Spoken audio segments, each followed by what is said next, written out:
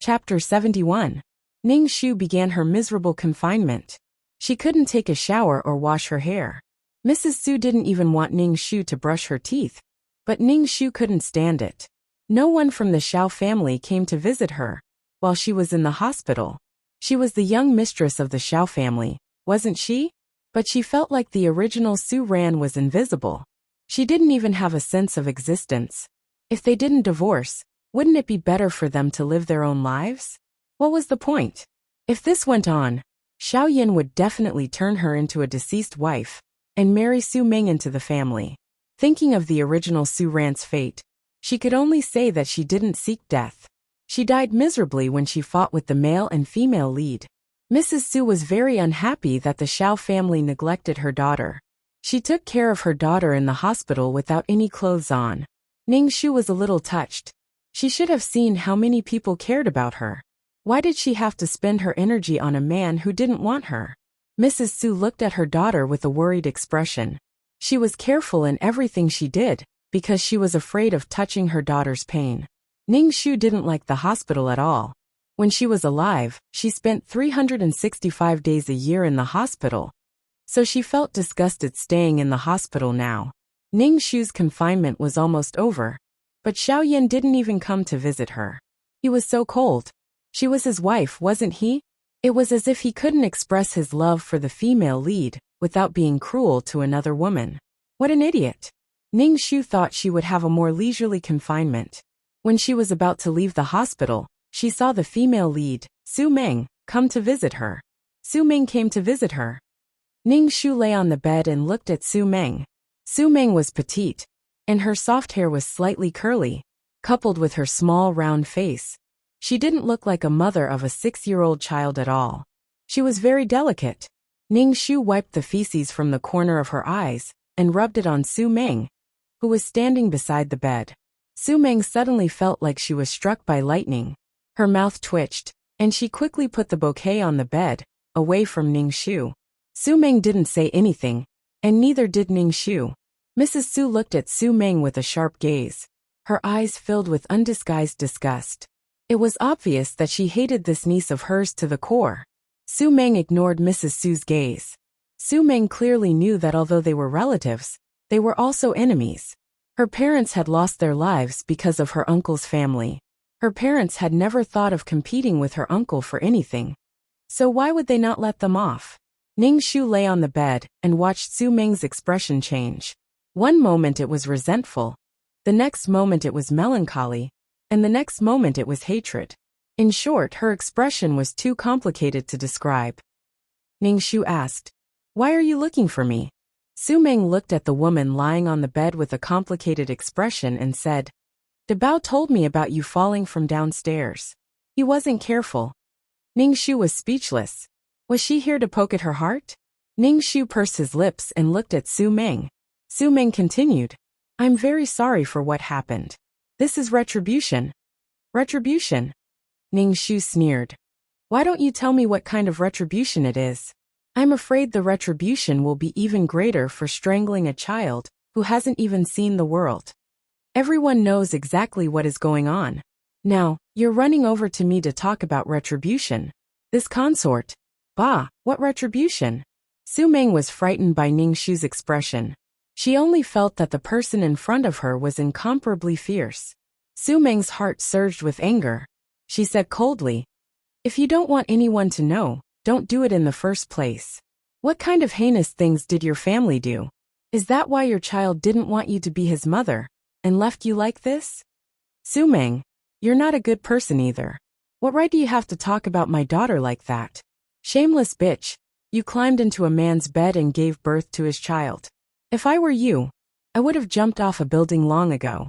Don't you feel shame for being so thick-skinned?" Mrs. Su bombarded Su Ming indiscriminately. Su Ming took a few steps back after being scolded by Mrs. Su. She raised her chin and said, "You people will get retribution one day." Ning Shu laughed and said to Su Ming, "What retribution will I get? You stole someone else's husband, destroyed someone else's family, and are a mistress that everyone hates. Your child is an illegitimate child and can't be registered. You should be the one getting retribution." Ning Shu realized that Su Meng's words and actions were quite naive. Of course, the female lead had the right to be naive and muddle-headed. Men loved her. How muddle-headed was Su Meng?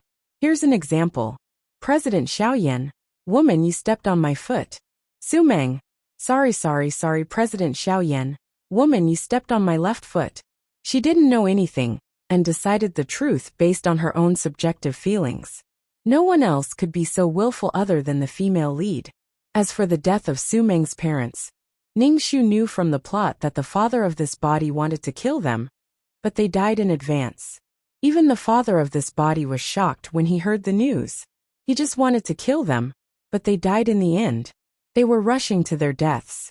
Then, the female lead believed that her uncle's family killed her parents, and they had the motive and intention to do so. Ning Shu sighed. He felt that the death of the female lead's parents was all for Su Meng's beauty. Did she meet the one she was destined to meet? Canon Fodder was so miserable. When Su Meng heard Ning Shu accuse her of being a mistress, she was so angry that tears welled up in her almond-shaped eyes. She said angrily, "I'm not a mistress. I don't like your husband. You're the husband who came to me. I, Su Meng, don't want a man who has been used by others." Shrugging her shoulders, Ning Shu looked at Xiaoyan, who was standing at the door with an unsightly expression. Taking pleasure in Xiaoyan's misfortune, Ning Shu said to Xiaoyan, "Your true love said that you're a man that I've used before, and she doesn't want you." Su Meng turned and saw the tall and handsome Xiaoyan. Seeing his cold expression, Su Meng's heart trembled. She turned and pointed at Ning Shu and said angrily, "You're deliberately tricking me." Ning Shu said that she didn't need to trick him. Xiaoyan looked heartbroken and walked to Su Meng. Su Meng snorted and turned to leave the room, but Xiaoyan grabbed her arm. Su Meng struggled and shouted, "Go and grab your wife's hand. Why are you grabbing me? Let me tell you. I will never fall in love with you. Let me tell you, Su Meng. You're mine in this life." Xiaoyan grabbed Su Meng and pressed her body tightly against him. Xiaoyan held Su Meng's waist with one hand, and his handsome face was serious. "I said, you're my only wife." Chapter 72. Ning Shu's mouth twitched as he watched Xiaoyan and Su Meng tugging at each other, almost hugging each other. Although Su Meng was struggling, their bodies inexplicably got closer and closer. How was this a quarrel? This was fucking flirting, wasn't it? "Let go of me, let go of me." Su Meng pounded on Xiaoyan's chest and shouted coquettishly, "Don't pester me anymore. You already have a wife. I don't want to be a mistress." Xiaoyan held Su Meng's waist tightly and said with a seductive smile, "I want to pester you. You are my woman. Don't even think about leaving me in this lifetime. You have already given birth to 2 children for me. You are the mother of my children." No. Su Meng pouted and gently pounded on Xiaoyan's chest with her little fist. Xiaoyan raised the corner of his mouth and smiled wickedly. "If I say you are, then you are." The two showed off their affection, as if there was no one else around, completely disregarding whether others could take it or not. Ugh. Ning Shu really couldn't help but vomit. The two people who were hugging each other immediately glared at Ning Shu. Ning Shu quickly waved his hand. "Sorry, I really couldn't help it. I have never seen such a disgusting thing, and couldn't help it. Sorry, you can continue. Find another place to continue. Just don't fucking do it in front of her." Ning Shu felt that he should wash his eyes. The scene in front of him really broke his moral integrity and destroyed his 3 views. Showing off their affection in front of his wife and a mistress was simply stabbing a knife into his heart. Su Meng pushed Xiaoyan away and pointed at Xiaoyan with her white finger. She was angry but seemed to be acting coquettishly. "I'm warning you. Don't come near me and don't touch me. I'm not interested in other women's husbands, humph." Ning Shu. "Help." Pfft. Ning Shu clutched her chest and almost vomited blood. She didn't know how to describe the female lead, Su Meng. Silly and sweet. Innocent and delicate. Not scheming? That didn't seem to be the case. To be more precise, she was willful and pretentious. Her mouth said no, but her body was very honest. If she really had no interest in Xiaoyan, she could do what she did 7 years ago. She could hide so that Xiaoyan couldn't find her. Or she could find a suitor to be the child's father. Anyway, Su Meng had plenty of suitors around her. Su Meng made a speech that seemed very impassioned, then turned around and left. Xiao Yin chased after her helplessly and angrily. Ning Shu felt the malice of the universe. She would rather kill people like in the previous world than face this kind of male and female lead. Ning Shu reflexively touched her waist, but she didn't find the whip. Could she just whip the two of them to death? Anyway, the original owner's wish was not to get divorced.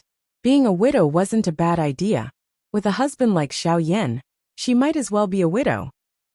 Ning Shu's heart was filled with killing intent. She really fell in love with this simple and violent way of solving problems. Su ran. Let me tell you, I will never fall in love with you. The one I love is Su Meng. Xiao Yan, who went to chase Su Meng, ran back to the ward and shouted at Ning Shu. Ning Shu was dumbfounded. Seeing this idiot shouting at her for no reason, Ning Shu blinked and tilted her head to look at Xiao Yan. Fuck crazy. I didn't do anything. If you love Su Meng, then love Su Meng. Why the hell are you shouting in front of me? Ning Shu's heart was filled with curses. Su Ran, you better know your place. Don't provoke Su Meng. If you don't, I will make you suffer. Xiao Yan's face was cold, and his eyes were filled with extreme disgust. There was a kind of viciousness that couldn't wait to get rid of her. But he seemed to be worried about something. Ning Shu lifted the quilt and walked in front of Xiao Yan. Xiao Yan looked at Ning Shu coldly and sneered. Su Ran, give up. I will never fall in love with you, you vicious and hypocritical woman. Walking in front of Xiao Yan, Ning Shu found that Xiao Yan was really tall. He had a perfect inverted triangle figure with wide shoulders and a narrow waist. He wore a suit, which matched his handsome and perfectly sculpted face. He was handsome, rich, and had the powerful ability to do it 7 times a night. All the good things in the world were concentrated on him. He had all the requirements of a woman and a pervert. Fuck, Ning Shu had never seen such a pervert. He was obviously the one who cheated, but he was so righteous. Ning Shu didn't see any sense of responsibility for his family or his wife. He didn't have any sense of responsibility as a man. Instead, he treated his wife as the biggest obstacle in his love life. In the end, they could live happily together without any grudges. We don't understand the protagonist's world. Ning Shu sneered and raised her knee to Xiao Yan's crotch. Ning Shu used all her strength. She really couldn't stand Xiao Yan's chatter in front of her. Xiao Yan didn't expect that Ning Shu would hit his private part without saying anything. He immediately cried out in pain, and his handsome face was distorted. He held the wall with one hand and covered his crotch with the other. His legs were clamped, and he bent over in extreme pain. Is you? Xiao Yan stared at Ning Shu with red eyes, looking shocked and painful. Obviously, he didn't expect that the woman who usually adored him would suddenly hit him. It was really painful. Ning Shu sneered and patted Xiao Yan's shoulder, who was bending over and covering his crotch. Do you feel very painful? Do you feel like your heart is breaking? The pain I felt when I lost my child was 1,000 times more painful than this. Tut tut tut, Su Ran. Xiao Yan's voice almost came out from between his teeth, which looked very gloomy and horrible. His eyes were red, and he looked like he was going to swallow Ning Shu alive. He reached out his hand and grabbed Ning Shu's wrist tightly. He was so strong that he wanted to break Ning Shu's wrist. Ning Shu's expression didn't change at all. She endured the pain in her hand and used all her strength to give Xiao Yan a big slap on the face. With a bang, Xiao Yan's head was knocked askew. Ning Shu said lightly, "Let go."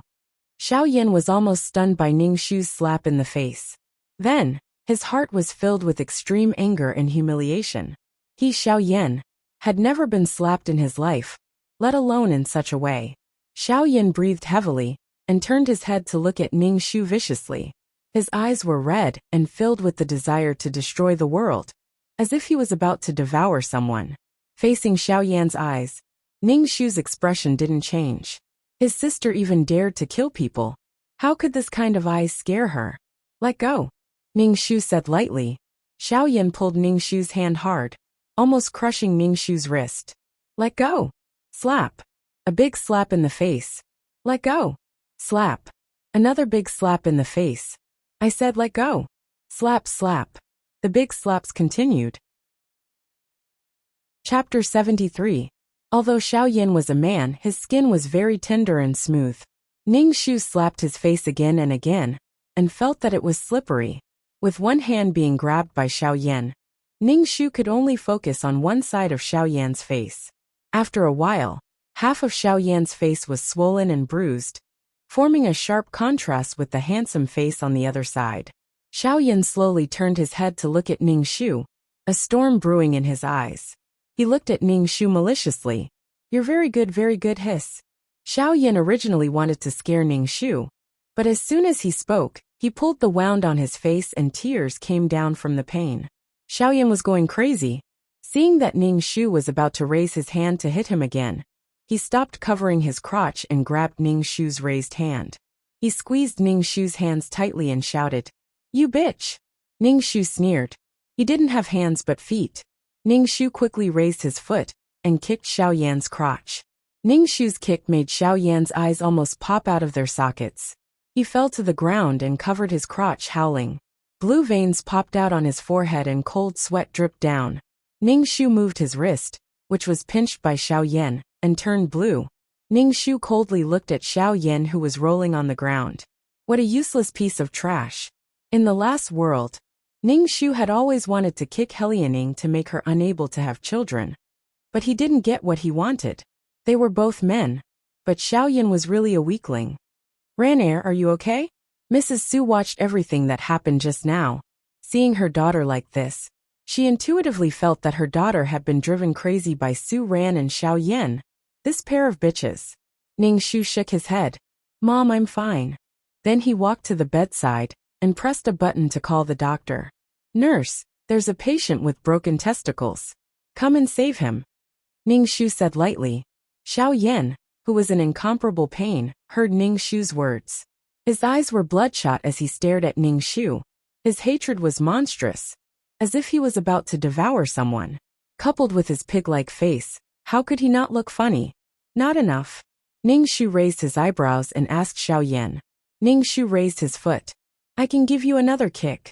"Su Ran, you'll regret messing with me." Xiao Yan's words were intermittent, and he was in so much pain that he couldn't stop breathing. Then he stood up with the help of the wall, and was about to walk away. Xiao Yan would never do it in such a private place. Otherwise, the headlines tomorrow would be that the president of Zhao's group was dying, and that he had to go to the andrology department. Xiao Yan couldn't afford to lose face. Every step Xiao Yan took made his body tremble and sweat profusely. The muscles on his face trembled, which pulled the swollen wound on his face, and made it even more painful. Su Ran. When Xiao Yan walked out of the ward, he turned to Ning Shu and called Su Ran's name through gritted teeth. It was very gloomy. Ning Shu smacked his lips. "Look at you. I thought you fell in love with me." Xiao Yan coughed violently. "Su Ran, you're shameless." Ning Shu shrugged and looked indifferent. "Who in the world is more shameless than you?" "Xiao Yan, you are the most shameless person in the world."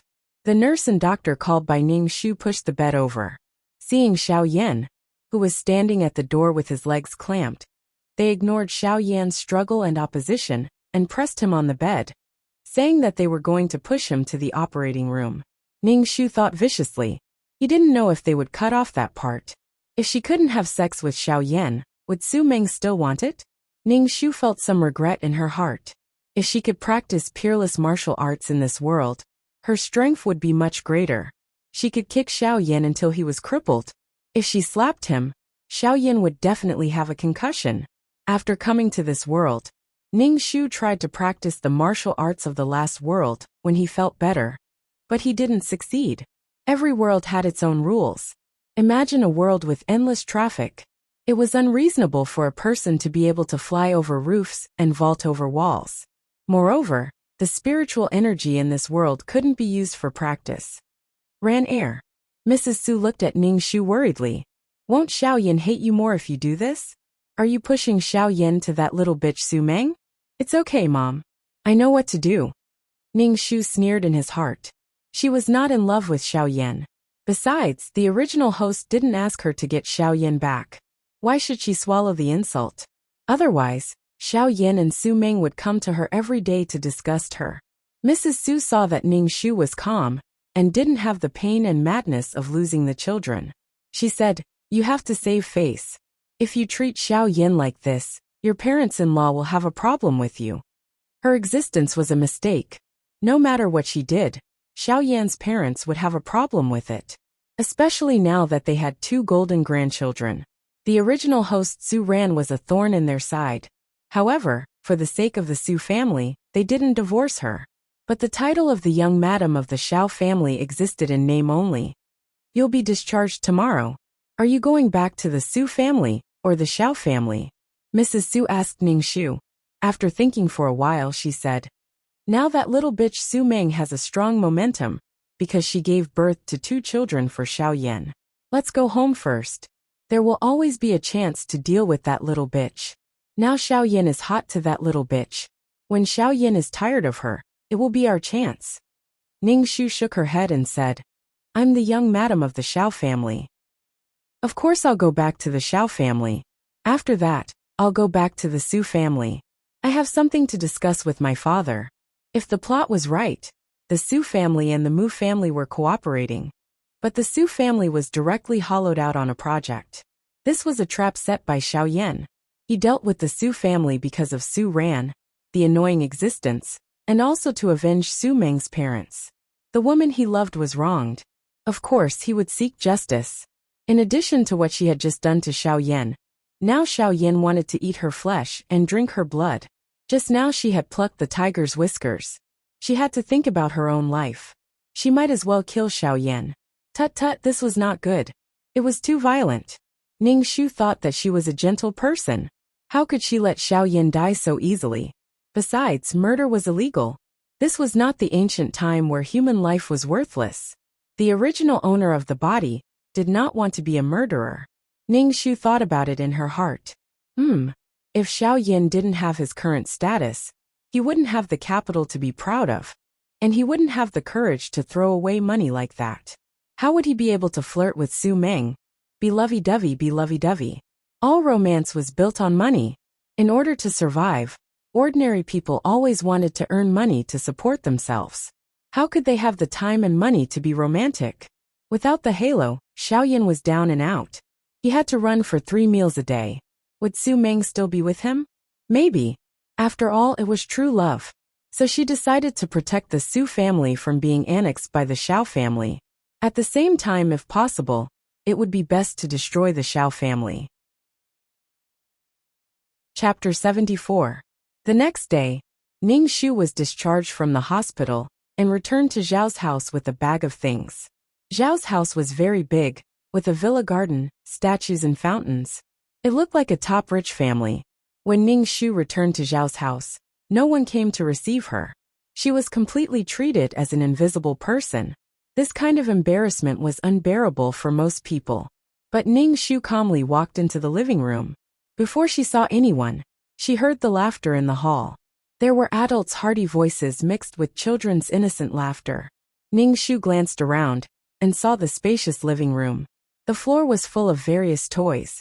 Xiao Yan's parents were sitting on the sofa and playing with the 2 children. Ning Shu carefully looked at the 2 babies. One of them was Su Debao, who looked like a little adult.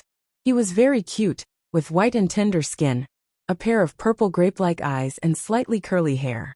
He was wearing suspenders and a small red bow tie on his shirt. He looked very serious, which made people's hearts melt. One of them was Su Xiaobao, who was dressing the dolls. He had soft and slightly curly hair like Su Meng and looked extremely sweet. Wearing a tutu skirt, he looked like a little princess who was favored by the heavens. The 2 children were really cute. However, if it wasn't for Su Debao's actions, Ning Shu would have really praised the 2 children's appearance that defied the heavens. As soon as Ning Shu came in, the happy atmosphere froze, as if a cold current swept by. Everyone's eyes were focused on Ning Shu, especially Su Debao, who tilted his head and looked at Ning Shu. His eyes flashed with a sly and mischievous light, but it made Ning Shu's back hair stand up. How is this a child's eyes? Su Debao is really a dangerous existence.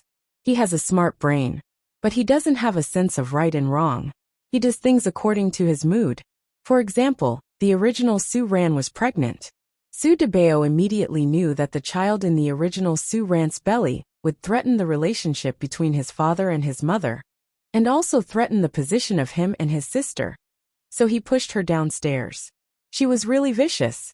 She had the naivety and cruelty of a child. Ning Shu's impression of Su Meng became even worse. Since she had given birth to a child, she should educate the child and set up a correct worldview for the child. However, Su Meng was busy getting into trouble and being lovable in a daze. Sometimes Su Debao, who was still a child, had to deal with the aftermath. The money that Su Debao earned was enough for Su Meng to live comfortably. He was like a mature child, but Su Debao felt that he could protect his mother and was very happy with his sister. It was a completely deformed mother-son relationship. Ning Shu walked in as if there was no one around. Madame Xiao stood up. Ning Shu said, "You're back?" Ning Shu nodded and went upstairs. Seeing that Ning Shu ignored them like this, Master Xiao and Madame Xiao's face turned ugly. They turned to look at the back of Ning Shu going upstairs. Master Xiao frowned. Dissatisfaction flashed across his face. If Madame Xiao didn't have a child in front of her, she would have already scolded Ning Shu. What does it mean to not divorce even if you die? Madame Xiao wasn't so satisfied with Su Meng, but for the sake of a pair of children, she accepted Su Meng. However, Su Ren also didn't have good eyesight. She shouldn't have taken the initiative to divorce. Su Debao's eyes turned and his face immediately smiled. He threw himself into Master Zhao's arms and said, "Grandpa, don't be angry. Debao doesn't want Grandpa to be angry. Mommy said that anger is bad for people's health." Yes, Xiaobao also doesn't want Grandpa to be angry. Su Xiaobao put down the doll and said to Master Xiao. Master Xiao suddenly smiled and touched Su Debao's head. Okay, Grandpa won't be angry. Grandpa doesn't like to be angry. Humph. You only care about whether your grandpa is angry or not. Grandma is also angry. Madame Xiao said this, but her face showed a sincere and kind smile. Su Xiaobao immediately touched Madame Zhao's face with his small hand and said with a serious face, "Grandma, don't be angry.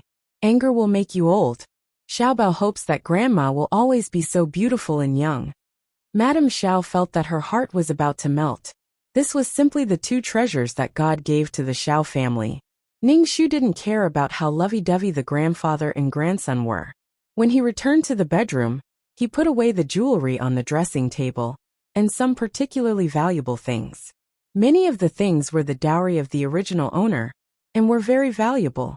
After the original owner Su Ran was defeated in the Su family, she was kicked out of the house by Xiao Yan. Xiao Yan gave a lot of the original owner's things to Su Meng. He also said that he got back all the things that Su Meng lost. These things should have been Su Meng's. Ning Shu felt like she was drunk. She was so drunk that she couldn't take it. Ning Shu put the jewelry and some precious shares in the bag, and then prepared to go to the bank to open a safe. These things were to be left for the cruel and unscrupulous people. Not to mention that the original owner didn't agree. Even Ning Shu wanted to vomit. Even Ning Shu, an outsider, couldn't help but feel angry. There was actually such a shameless person in the world. He was simply a strange space carrier. Ning Shu went downstairs with a bag of things. The happy atmosphere that Su Debao and Su Xiaobao tried to create was frozen by Ning Shu. Ning Shu suddenly felt that he had become the king of awkward silence. When he walked to the door, Ning Shu suddenly turned back and said to the people in the living room, "I will be back for lunch. Remember to leave some food for me. I want to eat abalone at noon. Tell the kitchen to leave some for me. It must be left. I had a miscarriage and need to nourish my body." As Ning Shu spoke, his eyes stopped on Su Debao. Su Debao looked at Ning Shu innocently with his head tilted. "Auntie, why are you looking at me? I am not an abalone." Ning Shu looked at Su Debao seriously and said, "You shouldn't call me auntie. You should call me auntie. In ancient times, your mother was a concubine. I am your mother." Su Debao's face suddenly became gloomy. A pair of eyes looked at Ning Shu fiercely. He secretly made a throat-slitting gesture to Ning Shu, which really made people feel cold. Ning Shu's expression didn't change. In the end, he was still a child. He couldn't help but add fuel to the fire. "Remember to call me auntie in the future. Call your mother little mom." Su Debao could hold it in. But Su Xiaobao suddenly burst into tears. My mother is not my stepmother. No, you bad woman. Seeing their baby crying, the two elders of the Xiao family suddenly panicked and coaxed the crying child. Su ran. Why are you saying this to a child? What are you saying? Mrs. Xiao glared at Ning Shu. Oh baby, don't cry. Grandma's heart hurts. Ning Shu curled her lips. Is there any justice? She was just telling the truth. What's wrong with her? Why is her heart so fragile? She allowed Su Meng to do it and didn't let others say it. Chapter 75. Ning Shu was too lazy to look at the grandparent and grandchild affectionate scene. She said to the servant at home, remember to get me abalone. Ning Shu's words made the four of them stare at her, especially Su Debao, who looked at Ning Shu with a particularly gloomy expression. Su Xiaobao was coaxing his sister while crying loudly. He looked at Ning Shu through the gaps between his fingers. As long as Ning Shu's eyes met his, he would immediately burst into tears. It was as if he was scared to tears by Ning Shu. He cried pitifully. Now that the child is crying like this, you still say that it's abalone. Su ran.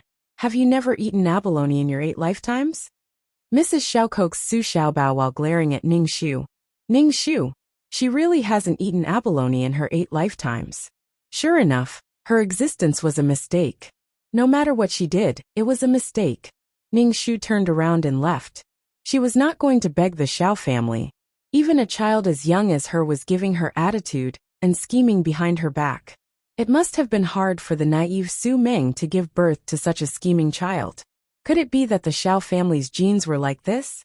Toward Ning Shu's attitude, it could be said that the Xiao family's couple was furious. A daughter-in-law was so arrogant. She actually had such an attitude toward the elderly. Look at what kind of daughter-in-law she married. Marry a virtuous wife. How could such a woman be the future matriarch of the Xiao family?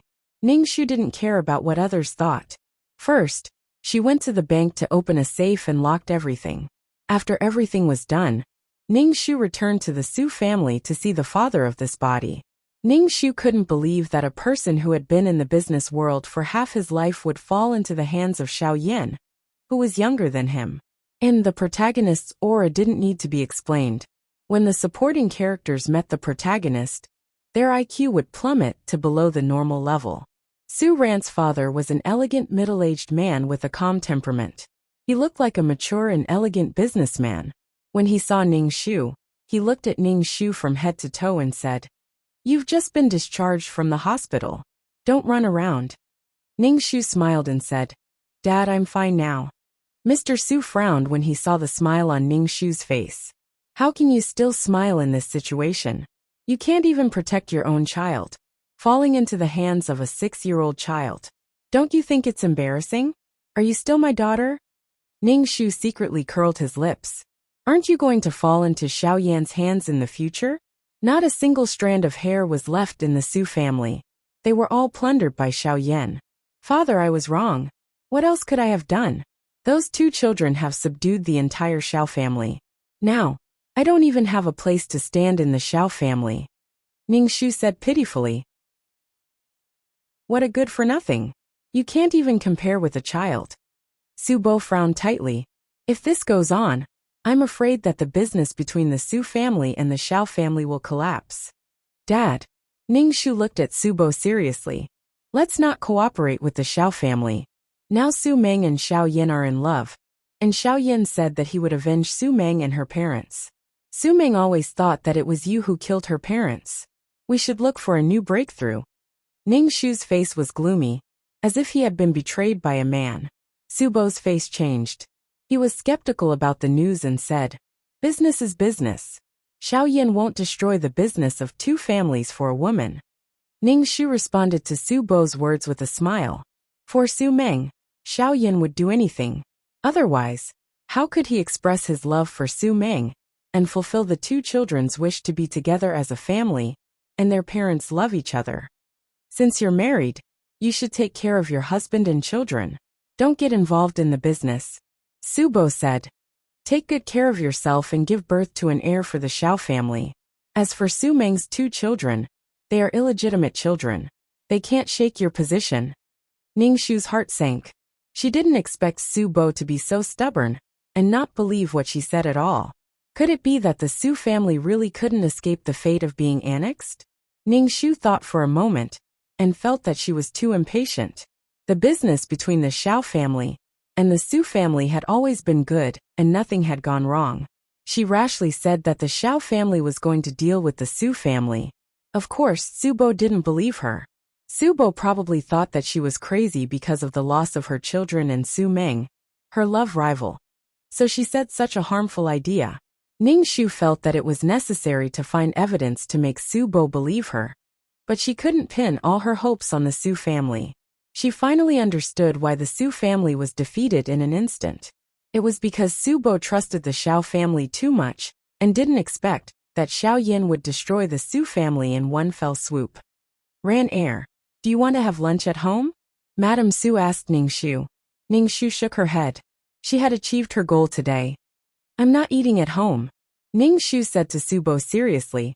Father, soon the Xiao family will develop a piece of land. It's said that it's planned by the Zheng family. When the time comes, the Su family will definitely be involved. This case is Xiao Yan's plan to deal with the He family. Maybe I'm overthinking, but father, please be careful. Ning Shu reminded Su Bo that if the Su family's path didn't work, there were other paths to take. After spending a short time with Su Bo, Ning Shu found that Su Bo was actually a person who looked down on women. Moreover, his daughter was married. Strictly speaking, she wasn't a member of the Su family. Su Bo was probably still angry that he suddenly came back to sow discord between the two families. Ning Shu thought about it and felt that it was quite boring. He came back with good intentions, but in the end, Su Bo didn't appreciate it at all. When Ning Shu was about to leave, the brother of the original Su Ran came back. Su Lan was currently studying in university. When she saw Ning Shu call her sister, her gaze moved to Ning Shu's stomach. Ning Shu said, "Sister, don't be too sad. It's all because the child is immature." Ning Shu narrowed his eyes. How could he say that? Ning Shu looked at Su Lan. Su Lan looked like Su Bo. She was wearing a white shirt and looked gentle. She had a noble aura around her. She was the school hunk. Who told you that Su Debao was careless? Ning Shu frowned and looked at Su Lan. Su Lan's face showed a disapproving expression. Cousin Su Meng has already explained to me that the child was careless. Sister, you're very sad that you lost your child, but you can't push all the blame to an immature child. These words were directly saying that even if you want to frame someone, don't frame a child. Ning Shu looked up to the sky and roared in his heart. Another man kneeling under the halo of Mary Sue. Under the halo of Mary Sue, all men kneel or become cannon fodder. Ning Shu felt his heart twitching. A feeling of sadness filled his heart. His own brother didn't believe him. Instead, he spoke up for Su Meng. The original Su Meng was angry and helpless facing such a brother. She hated Su Meng even more. However, Ning Shu only had one feeling. She wanted to slap this kid. Chapter 76. Ning Shu didn't expect the original owner's younger brother to be such a joker. Could this be the plot? A good person would appear in the enemy's camp? A good person in Su Meng's eyes? Ning Shu looked at Su Lan. She was a little fresh meat with a clean temperament, not as cool and arrogant as the male lead Xiao Yan. TSK, so this is the future master of the Su family. Everything in the Su family will be inherited by Su Lan. Su Lan, apologize to your sister. Madame Su saw her daughter's unkind expression. She's your sister. How can you just listen to what Su Meng says? Madame Su loved her son dearly, but her daughter was also her own flesh and blood. Now that they quarreled because of Su Meng, Madame Su hated Su Meng even more. Su Lan frowned and straightened her neck. It's my sister's fault. Everyone is sad that we lost our child, but it's wrong of her to frame someone else. Ning Shu rolled his eyes and sneered in his heart. He walked in front of Su Lan. She wasn't as tall as Su Lan, but when she looked up at Su Lan, Su Lan's heart trembled. Her eyes were very cold, making Su Lan's heart flutter. Ning Shu frowned and looked at Su Lan. Were you there? Do you know how it happened? Before Su Lan could speak, Ning Shu's hand slapped Su Lan's face, causing her head to tilt to the side. Su Lan turned her head and looked at Ning Shu with resentment. Ning Shu's slap stunned everyone present. Su Bo's face turned ugly.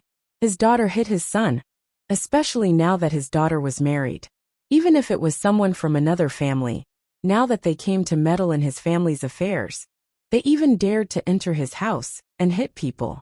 Su Bo coldly snorted, but it didn't make Ning Shu feel anything. People always save themselves, then the heavens save them. Ning Shu didn't have a good impression of Su Bo.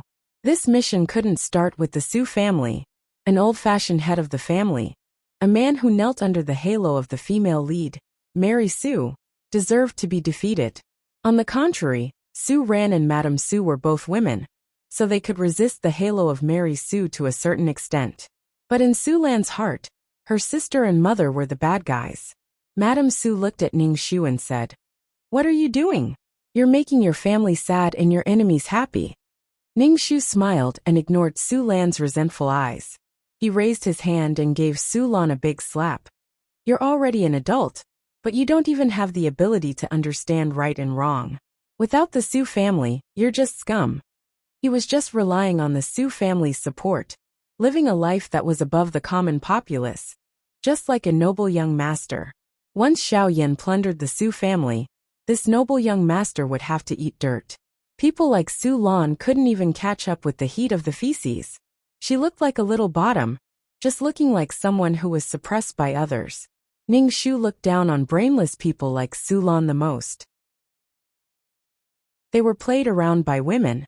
He estimated that before Xiao Yan made a move, Su Lan would offer up the Su family with both hands to resolve the hatred of the previous generation and make up for the grievances of the female lead. The halo of Mary Su was really powerful. "Why did you hit me, Su Ran? People like you deserve to be loved by no one. You're cold and selfish. Your life is so poor, and your heart is so vicious." Half of Su Ran's face was swollen. Ning Shu thought, how did such a perverted person come into being? Ning Shu laughed and raised his hand to give Su Lan another slap. Ning Shu suddenly realized that he had fallen in love with the feeling of slapping one side of the face. The two sides of her face formed a sharp contrast. "I hit you to tell you that I don't need anyone, and I don't need your love. I hit you because you slandered me." Ning Shu blew on his hand. "What are you talking about? Don't forget that Su Meng is your cousin. Looking at you, I would think that you've fallen in love with her." "What nonsense are you talking about?" Su Lan anxiously shouted at Ning Shu with a pale face. "Your thoughts are so dirty. Who are you shouting at?" Ning Shu raised his hand and gave the emotional Su Lan another slap. Su Bo stood up and shouted, "Enough! What do you want?" Su Bo's gaze lingered between Ning Shu and Su Lan, and finally stopped on Ning Shu. "As a married woman, you should take good care of your in-laws and husband. Why are you throwing a tantrum so easily? What happened to the etiquette that you were taught since you were young?" "Dad." Ning Shu didn't even want to call him dad now. He wasn't his dad to begin with. Ning Shu always thought that if you were good to him, he would be good to you. There was no such thing as love or hate for no reason in this world. Other than Madame Su, Ning Shu didn't like the father and son of the Su family. "Before I leave, I have something to say." Ning Shu pointed at Su Lan, whose half face was swollen, with a look of disdain. If the heir of the Su family is like this, he might as well be swallowed up by the Xiao family. Anyway, looking at him like this, Su Meng is his family. She doesn't even have feelings for me, her sister. As for you too, TSK. Su Ran, you vicious woman, are you crazy? Su Lan listened to Ning Shu's words. "You said that I don't treat you as my sister, but now you're saying that I'm your younger brother." "I don't treat you as my younger brother," Ning Shu lightly said, "because in your heart, Su Meng is your sister. Naturally, I won't treat you as my younger brother." Ning Shu raised his hand. Su Lan shivered, thinking that Ning Shu was going to hit him again, and took 2 steps back. "Look at you.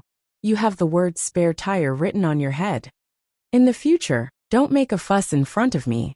Otherwise, every time I see you, I'll hit you once." Ning Shu lightly said, "Don't try to reason with this kind of brainless person. Otherwise, they will use their rich experience to defeat you. However, if you want to ask, why do these men obediently let Ning Shu hit them? That's because Ning Shu would retreat to a safe position every time she hit them. If the men were shameless, they could chase her around the house and hit her. Obviously, Su Lan was not such a person. He would not do such a thing. Moreover, Su Lan's reflexes were not sharp. After being hit by Ning Shu, he would only look at her with shocked and resentful eyes. Therefore, Ning Shu despised him even more. Ning Shu came out of the Su family and looked up at the sky. This time, he couldn't start with the Su family. He had to find a new entrance. The Su family was not the only one he could cooperate with. Moreover, Ning Shu's current intention was to make the Su family suffer. Ning Shu was not an emotionless machine. She also had her own emotions. During the mission, she would also have her own preferences. The host wanted to protect the Su family and prevent the Shao family from annexing it. If the Shao family was destroyed, they naturally couldn't annex the Su family. Originally, she wanted to join hands with the Su family, but the Su family obviously looked down on her as a married daughter. There was nothing to talk about with the Su family. Ning Shu probably would not come to the Su family in the future. Ning Shu decided to sell the dowry shares that the Su family gave her, and the shares that the Shao family gave to her daughter-in-law. They were all exchanged for real money to complete the great task of destroying the Shao family. P.S. Some students think that the school doctor and Li Wen are the same person. The author kneels down to the student's imagination. One has a venomous tongue and nitpicky OCD, wanton and unrestrained love of freedom, and the other has a deep and expressionless face, seemingly emotional yet ruthless person. How could they be the same person? Chapter 77. Ning Shu decided to sell the ancient shares of the Shao family and the Su family. The money he got was the real deal. The president, whose face was swollen after being beaten by Ning Shu, went to see Su Meng with a swollen face. Su Meng didn't recognize Xiao Yan at all and screamed for help. Xiao Yan could only look at Su Meng with an evil look and said incoherently with a swollen face, "It's me, I'm Xiao Yan." Su Meng was stunned and asked anxiously, "What's wrong with you?" Xiao Yan wanted to smile evilly, but the wound on his face was pulled, and he grimaced in pain. After a long time he said, "Are you concerned about me?" "Humph." Su Meng snorted and turned her head away from Xiao Yan. "I have nothing to do with you. Why should I care about you? I don't want to see you. Humph, go away." Xiao Yan smiled. "I know you care about me. Why can't you admit it? You have your wife to care about. It's not my turn to care about you." Su Meng curled her lips and pouted, which made Xiao Yan swallow a mouthful of saliva. "Don't mention that bitch Su ran to me. My face is all because of that bitch." Xiao Yan gnashed his teeth and said in a gloomy and resentful voice. Su Meng covered her mouth in surprise and stared at Xiao Yan with her almond-shaped eyes. Xiao Yan was a little distracted by Su Meng's look. "Although I hate Su Ran very much, I also know that Su Ran loves you very much. How could she hit you? She is too cruel. How could she hit you like this?" Su Meng said as she reached out her hand and gently touched Xiao Yan's face. Xiao Yan's eyes lit up. Previously, Su Meng had been very angry about Su Ran's pregnancy. Ever since that bitch Su Ran started her confinement period, she had ignored him. Now that she took the initiative to show concern for him, Xiao Yan immediately grabbed Su Meng's hand and hissed, "My face hurts." "Ah." Su Meng opened her eyes wide and looked at Xiao Yan with watery eyes. "Did I hurt you? I'll go find some medicine for you." Xiao Yan grabbed Su Meng, who was about to go look for the medicine, and pulled her into his arms.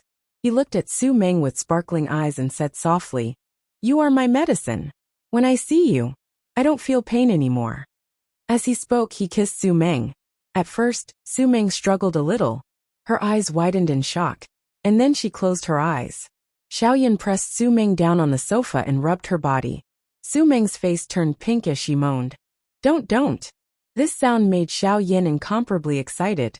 His lower body was in high spirits, but it also made Xiao Yan hiss in pain. His lower body felt like it was being torn apart, making Xiao Yan feel as if a bucket of ice water had been poured over him. Su Ran, this despicable woman. He had already waited for the doctor to confirm that he was fine before coming to look for Su Meng. After being kicked by Su Ran, it was a little swollen. The doctor had already reduced the swelling, but he did not expect that it would be so painful when it hardened. Su Meng wriggled in Xiaoyan's arms and moaned. She opened her hazy eyes and looked at the man on top of her. Xiaoyan endured the pain. He should have kissed Su Meng's lips, but instead, he kissed her forehead. Xiaoyan looked at Su Meng tenderly. I will wait until you truly accept me. I want to give you a real wedding night. Su Meng blinked her eyes and then realized that something was wrong. She pushed Xiaoyan away and gathered her collar. She widened her eyes and shouted at Xiaoyan. What did you do to me? You have a wife.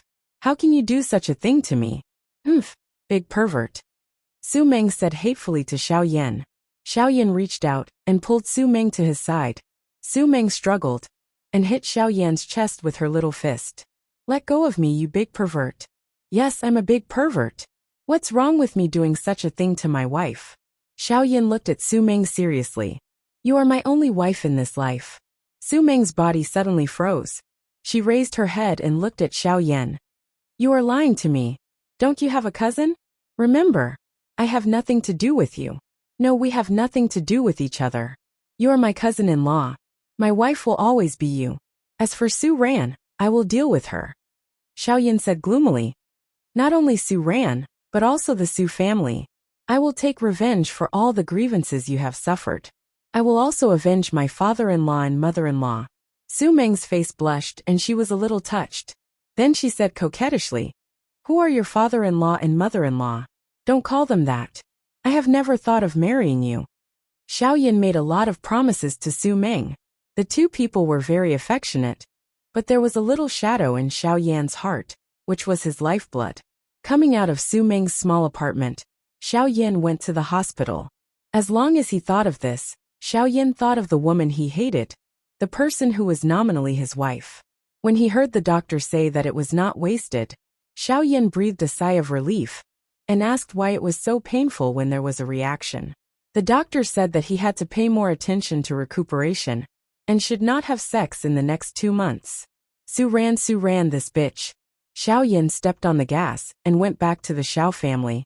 But Ning Shu arrived home before Xiaoyan. When Ning Shu arrived home, the house was quiet. Even Mr. Xiao and Mrs. Xiao were not at home. He also did not see Su Debao and Su Xiaobao. Ning Shu pulled a servant and asked, Where are the others in the house? Seeing that it was the young madam, the servant looked a little indifferent and said, I don't know. Oh, anyone in the Xiao family could despise her. Ning Shu grabbed the servant's arm and asked coldly, Where are they? I'm asking you a question. The servant was frightened by Ning Shu's cold face. Just as he was about to speak, he was interrupted by a roar. Su Ran. Ning Shu picked his ears. The voice sounded a little familiar. Ning Shu turned his head and saw Xiaoyan, whose face was still bruised. Xiaoyan walked quickly to Ning Shu. Ning Shu roared, Su Ran, you vicious woman. What's wrong with the servant? Are you starting to abuse the servant now? Ning Shu sneered. Seeing such a perverted person, he did not want to open his eyes. Now she had even accused her of being evil. What the fuck was this? Xiaoyan looked at Ning Shu with undisguised disgust and hatred in his eyes. As long as he thought of the doctor's words, Xiaoyan wanted to tear Ning Shu apart. His beloved woman suffered because of such a vicious, greedy and hypocritical woman. Such a person could not even be compared to Su Meng's hair. When the servant saw Xiaoyan, he quickly said, Young master and young miss are in the hospital. Now master and madam are in the hospital. Chapter 78. When Xiaoyan heard that the 2 babies were sent to the hospital, his face instantly changed and his eyes turned red. Ning Shu roared, What did you do this time? Ning Shu was speechless. What did I do? What did I do? I don't even know why. Su Ran, if anything happens to the 2 children, I will bury you with them. Xiaoyan looked at Ning Shu with hatred, turned around, and got into the car to go to the hospital. Ning Shu was in a mess. He covered his heart and felt very tired. Why did he feel that the people in this world were so unreasonable and so willful? Which hospital? Ning Shu asked the servant lightly. When the servant saw how disgusted the eldest young master was with the young madam, she looked at Ning Shu with even more disdain. It was the same no matter where one bowed to the superior and stepped on the inferior. The servant said unhappily, "I don't know which hospital she is in." Ningshu looked at the servant indifferently. "I ask you which hospital? Even if I have no status in this family, I still have the qualification to dismiss you." "In the central hospital," the servant quickly said. Ningshu planned to go and see what the situation was. The two children were sent to the hospital at the same time. Even Su Debao, who had a high IQ, was sent to the hospital. When Ningshu arrived at the central hospital, he heard Su Meng's heart-wrenching cry from far away in the corridor. Ningshu's heart moved. Were the two babies going to die? Impossible. These two were important tools to improve the relationship between Xiao Yin and Su Meng. That's right, tools. In Ningshu's view, these two children were Su Meng's golden fingers. Su Debao was the breadwinner of the family, and Su Xiaobao was the one who acted spoiled and cute. The two children could clear the obstacles in front of Su Meng. Before they married into the family, they had already won the favor of Su Meng's parents-in-law and helped Su Meng get rid of his annoying wife with his father. This was not a child. This was a complete freak. It was too illogical.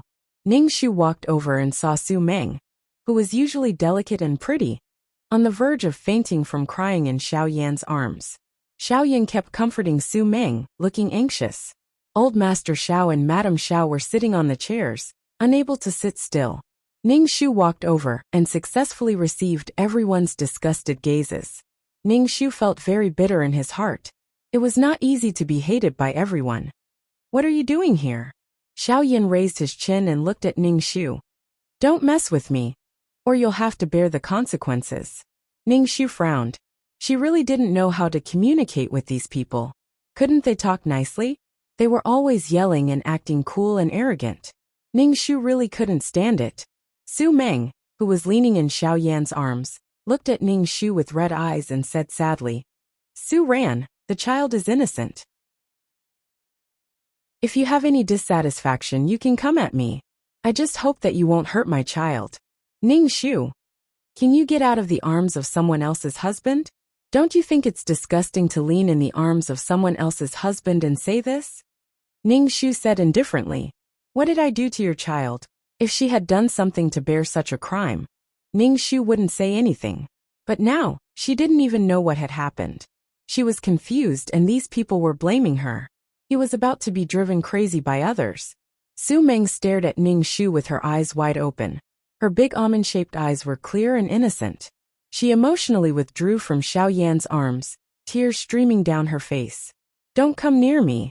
I just want my child to be fine." Xiao Yan looked at Su Meng with pity and tried to hold Su Meng. "It's okay. Our child will be fine."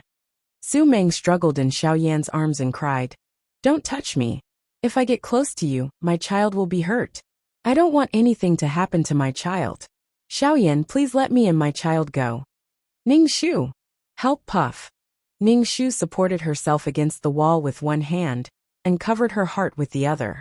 She was really upset. The protagonist was really capricious and yelled in the hospital. She didn't care much about the two children and could leave them with the Xiao family. She didn't need to worry about the two children at all. Su Meng, who was already a mother of two children, was still living like a young girl. Now she was acting like this again. Ningshu felt that she was going to vomit blood. "All right, stop fooling around." Old Master Xiao spoke up to stop the two people's tragic drama. Xiao Yin comforted Su Meng helplessly and asked Mr. Xiao, "Father, what's wrong with the two children?" Ningshu almost laughed out loud. She was so focused on acting out the scene of life and death with Su Meng that she didn't even know what was going on with her own child. He felt drunk. Mrs. Xiao glared at Ningshu, who couldn't help laughing, and said to Ningshu angrily, "It's all your fault. Why did you want to eat abalone? You greedy woman." "Ningshu, what does it have to do with me? Mother, what's going on?" Xiao Yan stared at Ningshu viciously. "Sure enough, Su Ran, you are really vicious. You won't even let the children go. It's all this woman's fault. She wanted to eat abalone. At noon, the two children ate too much abalone and couldn't digest it. Now they came to the hospital to vomit." Mrs. Xiao glared at Ningshu. Mr. Xiao also said, "Don't have abalone in the house in the future." "Ningshu, Mama, I want to go home. The people here are all crazy. Xiaoyan looked at Ning Shu with disgust. Ning Shu sneered and said, I wasn't the one who forced them to eat it. I wasn't the one who forced them to eat it. Or was it me who poisoned the abalone? What did it have to do with her? You're still quibbling. If you didn't scare Xiaobao to tears, the children wouldn't have indigestion. Mrs. Xiao sneered and said, Ning Shu, she felt so tired. Why were the people in this world so crazy? Where was their logic? Where was their worldview? They blamed everything on her. But these people still acted as if it was natural. They were crazy. Ning Shu felt very bitter. He felt like a normal person living in a crazy world. What were these people's brains used for? Ning Shu thought for a while and understood. She guessed that when she went out and said that she wanted to eat abalone, the two mischievous children didn't want to let her eat it. Then, they ate it themselves and didn't want to leave any for this despicable woman. Children were prone to indigestion. Now these two children were in the hospital. The abalone was innocent. She was innocent too. No one saw the intentions behind these two children's actions. They were pranks and malicious thoughts. Ning Shu felt that he deserved it for courting death like this. Su ran. I won't allow you to hurt my children again. Xiaoyan looked at Ning Shu. I want to divorce you, evil woman. Dream on. He wouldn't divorce her even if he died. Chapter 79.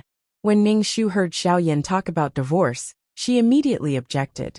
If she divorced Xiaoyan, her task would be over. She had put up with these idiots for so long, and she couldn't lose the task. At least, she couldn't break off the marriage with Xiaoyan in this world.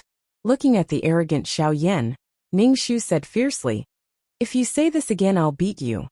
Ning Shu's words stunned everyone. Xiaoyan's face swelled to a purple hue. Su ran, you vicious woman. I'll never fall in love with you. Don't try to bind me with marriage. Xiaoyan roared at Ning Shu. I will never fall in love with you in this life or the next life, you vicious woman. Ning Shu was almost deafened by Xiaoyan's voice. He picked his ears and said, Keep your voice down. You're so noisy that you'll disturb the vomit-inducing doctor inside.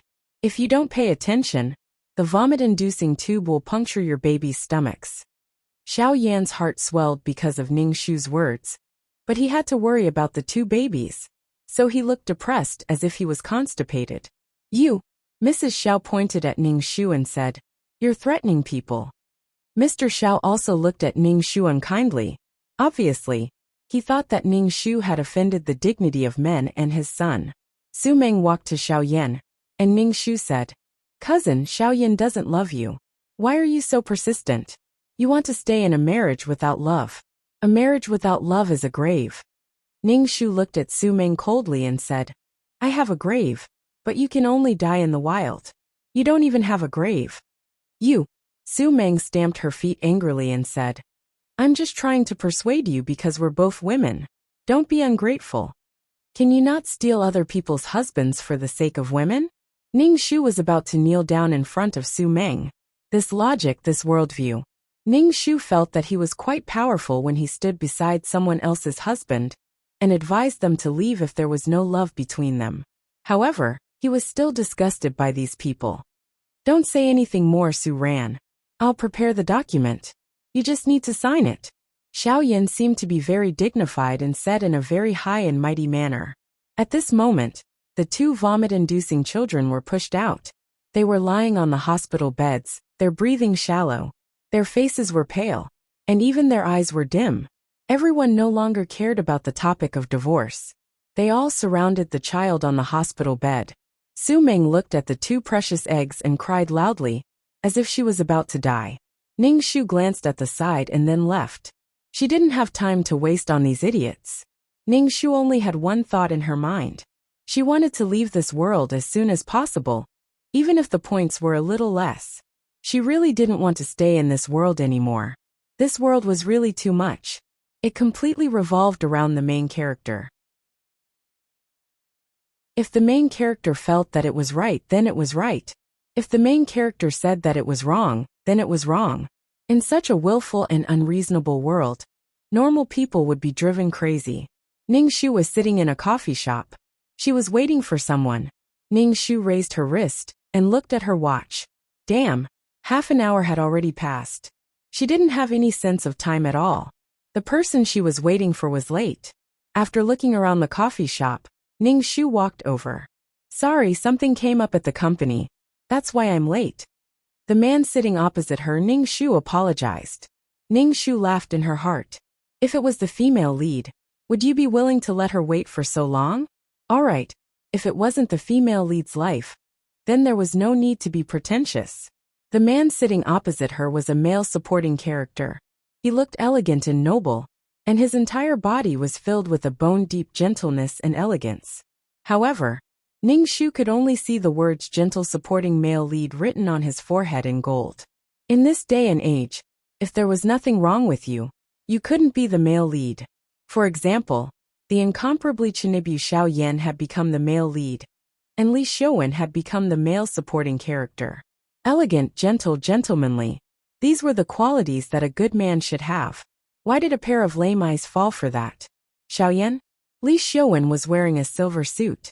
Sitting opposite Ning Shu, he was as beautiful as a painting. His fingers were long and slender, and his knuckles were smooth. Why were the male lead and male supporting characters so lame that they fell for the female lead? Could it be that all men liked naive and muddle-headed women? Was it fun to follow behind the muddle-headed female lead and clean up her mess? You are. Li Xiaowen looked at Ning Shu. His voice was as gentle as water, clear and pleasant to the ears. Ning Shu felt that it was impossible for the other party not to know who she was. She was the female lead's love rival, and Xiao Yan was his love rival. Ning Shu didn't think that Li Xiaowen wouldn't know who she was. What's there to pretend for? We're both revolutionary comrades who want but can't get what we want. We're walking further and further down the path of cannon fodder. Ning Shu coughed, cleared her throat, and went straight to the point. I'm Xiao Yan's wife, I'm Ning. Su Ran. Li Xiaowen nodded, and looked at the watch on his wrist. Why are you looking for me? I think I'll be leaving. She made him wait for half an hour, and he had to leave in less than 5 minutes. Ning Shu took back her evaluation of Li Xiaowen. What gentlemanly. They were all shit. They were all aimed at the female lead. Don't handsome. You're leaving so soon. You didn't make me wait for half an hour for nothing. At least let me say something. Ning Shu's words were a bit impolite. Li Xiaowen's slanted eyebrows frowned. In that case, please say it. Ning Shu sensed that Li Xiaowen's attitude towards her was a bit impatient. Su Ming must have said something bad about her in front of this guy. She must have said that she was vicious and hypocritical. Ning Shu could recite all of these words. I'm here to cooperate with you. Ning Shu said directly. I know you like Su Ming. But Su Ming gave birth to 2 children for Xiao Yan. The 2 men are so outstanding. I think Su Ming will have difficulty choosing. Li Xiaowen looked at Ning Shu with a faint smile. Then how should we cooperate? Fuck, he agreed so quickly? Ning Shu saw the smile on Li Xiaowen's face. What was the meaning of this fake smile? Ning Shu originally wanted to leave, but thinking that there was someone even more disgusting than Li Xiaowen, Ning Shu held back. She talked to Li Xiaowen and said, if the Xiao family is gone, do you think Su Ming will choose Xiao Yan? Li Xiaowen's eyes flashed. He shook his head and said, Miss Su, we can't cooperate at all. I won't do anything that will make Meng Meng suffer. Ning Shu. Ning Shu clutched her chest and almost spat out a mouthful of blood. She had completely forgotten that the supporting male character was also a man who knelt under the halo of the female lead, Mary Sue. He was the type who was heavily poisoned. He was incomparably passionate, and would not stop until he died. Ning Shu looked at Li Xiaowen. How noble was this? Li Xiaowen looked at the woman opposite him. Her expression became very interesting. Her expression was so complicated that he could not describe it. Chapter 80. Ning Shu felt that her head had been kicked by a donkey. That's why she was so stupid to work with the supporting male lead. Could it be that idiocy was contagious, and she had already been infected? Speaking of the supporting male lead, Li Xiaowen, his qualifications were good, his family background was good, and he had good looks. Once he saw the female lead, he fell in love with her. When he was studying abroad, he met the pregnant Su Ming. and then took care of her until she came back. After she came back, Su Meng and Xiao Yan were together. Li Xiuwen became the female lead's good brother, and often made the male lead jealous. What kind of moral integrity was this? Li Xiuwen looked at the woman opposite him. Her expression changed a lot, and he didn't know what she was thinking. Li Xiuwen stretched out his smooth fingers and knocked on the table, making a rhythmic knocking sound, which woke up Ning Shu, who was in her own imagination. What do you want to say? Sorry, I have to go first. Li Xiuwen's expression was a little gloomy. Ning Shu guessed that the other party didn't want to see her. This evil woman. Could she just kill those people? And then the mission would be considered complete? Ding! Ning Shu's brain suddenly rang with the sound of electric current. This feeling was too familiar. It had been a long time since she heard the system's voice. What the player thought is not valid. It doesn't conform to the rules of this world. Player, please dispel this thought. The original owner's soul was to change her life, and not to wake up in a women's prison. The system's voice was mechanical and cold, but for some reason, Ning Shu felt that she was ridiculed by the system. Li Xiuwen looked at the woman opposite him again. Her face was twisted, and Li Xiuwen felt that this woman was definitely crazy. Li Xiuwen shook his head and stood up, preparing to leave. He thought to himself, Xiao Yan's wife is actually crazy. When Li Xiuwen stood up, Ning Shu finally reacted. She stretched out her hand and grabbed Li Xiuwen's arm, pulling him back to sit down. She said coldly, I say, what do you mean by this? I haven't even said anything, and you keep making a fuss about leaving. You've had enough. It won't be too late to leave after I'm done talking. Ning Shu looked at Li Xiuwen and said directly, I want to work with you to destroy the Xiao family. I'll give you half of the stolen money as fast as possible. Li Xiuwen raised his eyebrows. Why should I cooperate with you? And what right do you have to talk about cooperation? And you actually want half of the Xiao family's huge corporation? Li Xiu was just short of saying, Can you be a little more shameless? Ning Shu sneered. She took out a stack of RMB from her bag and slammed it on the table. I have money. Let's cooperate. But I don't think I gained anything. Li Xiuwen shrugged. I spent so much effort to destroy the Xiao family, and in the end, I have to give half of it to you. Ning Shu almost spat on the handsome face in front of him. He said very unhappily, Don't be unsatisfied. You can get a girl. You got Su Meng. What else do you want? You can get Su Meng. What else are you not satisfied with? She was supposed to be the female lead, but in the end, she ended up with a supporting male character like you. You've really hit the jackpot. You've definitely defied the heavens and changed your fate. You've changed your life as a supporting male character, but you still aren't satisfied. Didn't you get Xiao Yan too? Li Xiuwen said indifferently. Uft. Ning Shu almost spat on Li Xiuwen's face this time. He spat out all the coffee in his mouth. Half of it was because he was shocked, and the other half was because he was disgusted. Hee. Ning Shu's mouth twitched and he sneered. He collected all the RMB on the table and put it in his bag. Li Xiuwen saw Ning Shu's actions and asked in surprise, Aren't we discussing how to destroy the Xiao family? You look like you're planning to leave. Handsome, I'm leaving first. Ning Shu said expressionlessly. You deserve to be a supporting male character for the rest of your life. Li Xiuwen blocked in front of Ning Shu. Sit down. We're discussing. Take out all the money in your bag. Let me see how much money you have. No. Ning Shu said righteously.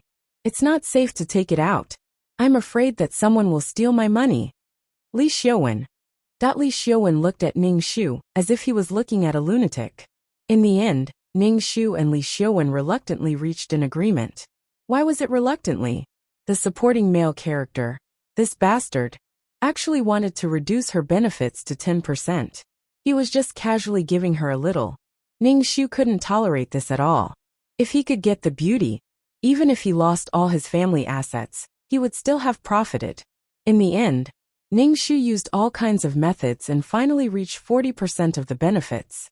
Friendly reminder, don't find a shell company to fish for her. In front of Su Meng, you still have to pay attention to your pure and innocent image. Ning Shu patted Li Xiuwen's shoulder and left. Ning Shu returned to the Xiao family. The house was very quiet. Ning Shu felt very happy. The two elders of the Xiao family stayed in the hospital to take care of Jin's son, and Xiao Yin didn't come back either. Ning Shu's liver and lungs were very happy, but Xiao Yin felt very sad. His children were lying on the bed like this, looking at Su Meng's red and swollen eyes. Xiao Yin felt that if he didn't do anything, he wouldn't be worthy of being a man. Xiao Yin felt that the Su family was very annoying now.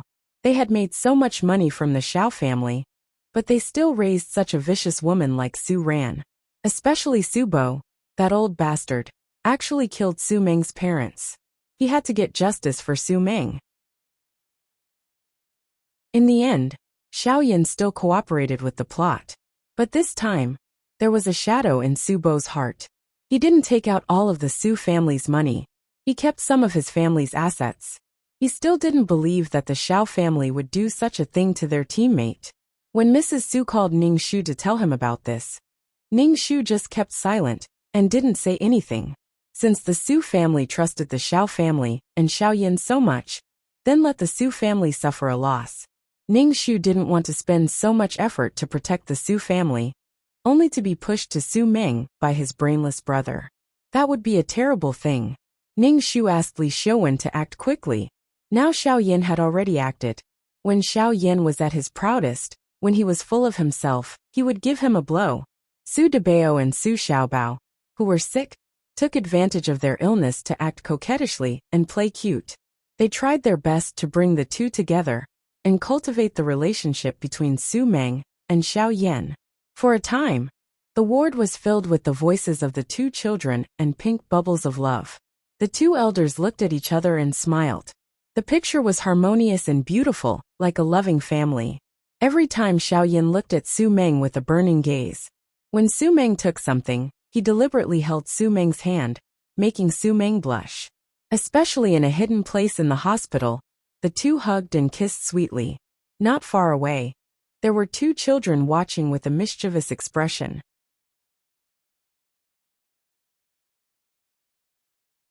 Chapter 81. Su Meng and Xiao Yan's relationship quickly heated up. They broke through the last line of defense and rolled around together. As for Ning Shu, the official wife, she lived alone in a spacious house. Even her voice echoed. However, Ning Shu was very comfortable. As long as the two of them did not do it in front of her, Ning Shu could pretend that she did not know anything. When Ning Shu saw Li Xiaowen's dark face, she was gloating in her heart. Ning Shu had only experienced 2 worlds before this. In the first world, she was lucky enough to meet the perverted genetics scientist and school doctor with the codename Madman. In the second world, she used the identity of a princess and solved the problem with a whip. She had not experienced a business war yet. Therefore, Ning Shu participated in the plan to destroy the Xiao family. Ning Shu was now trying to learn as much as possible. If she had the ability to build a business empire, she would not need to cooperate with Li Xiaowen. Ning Shu had to learn. When he saw Ning Shu, Li Xiaowen's face was very ugly.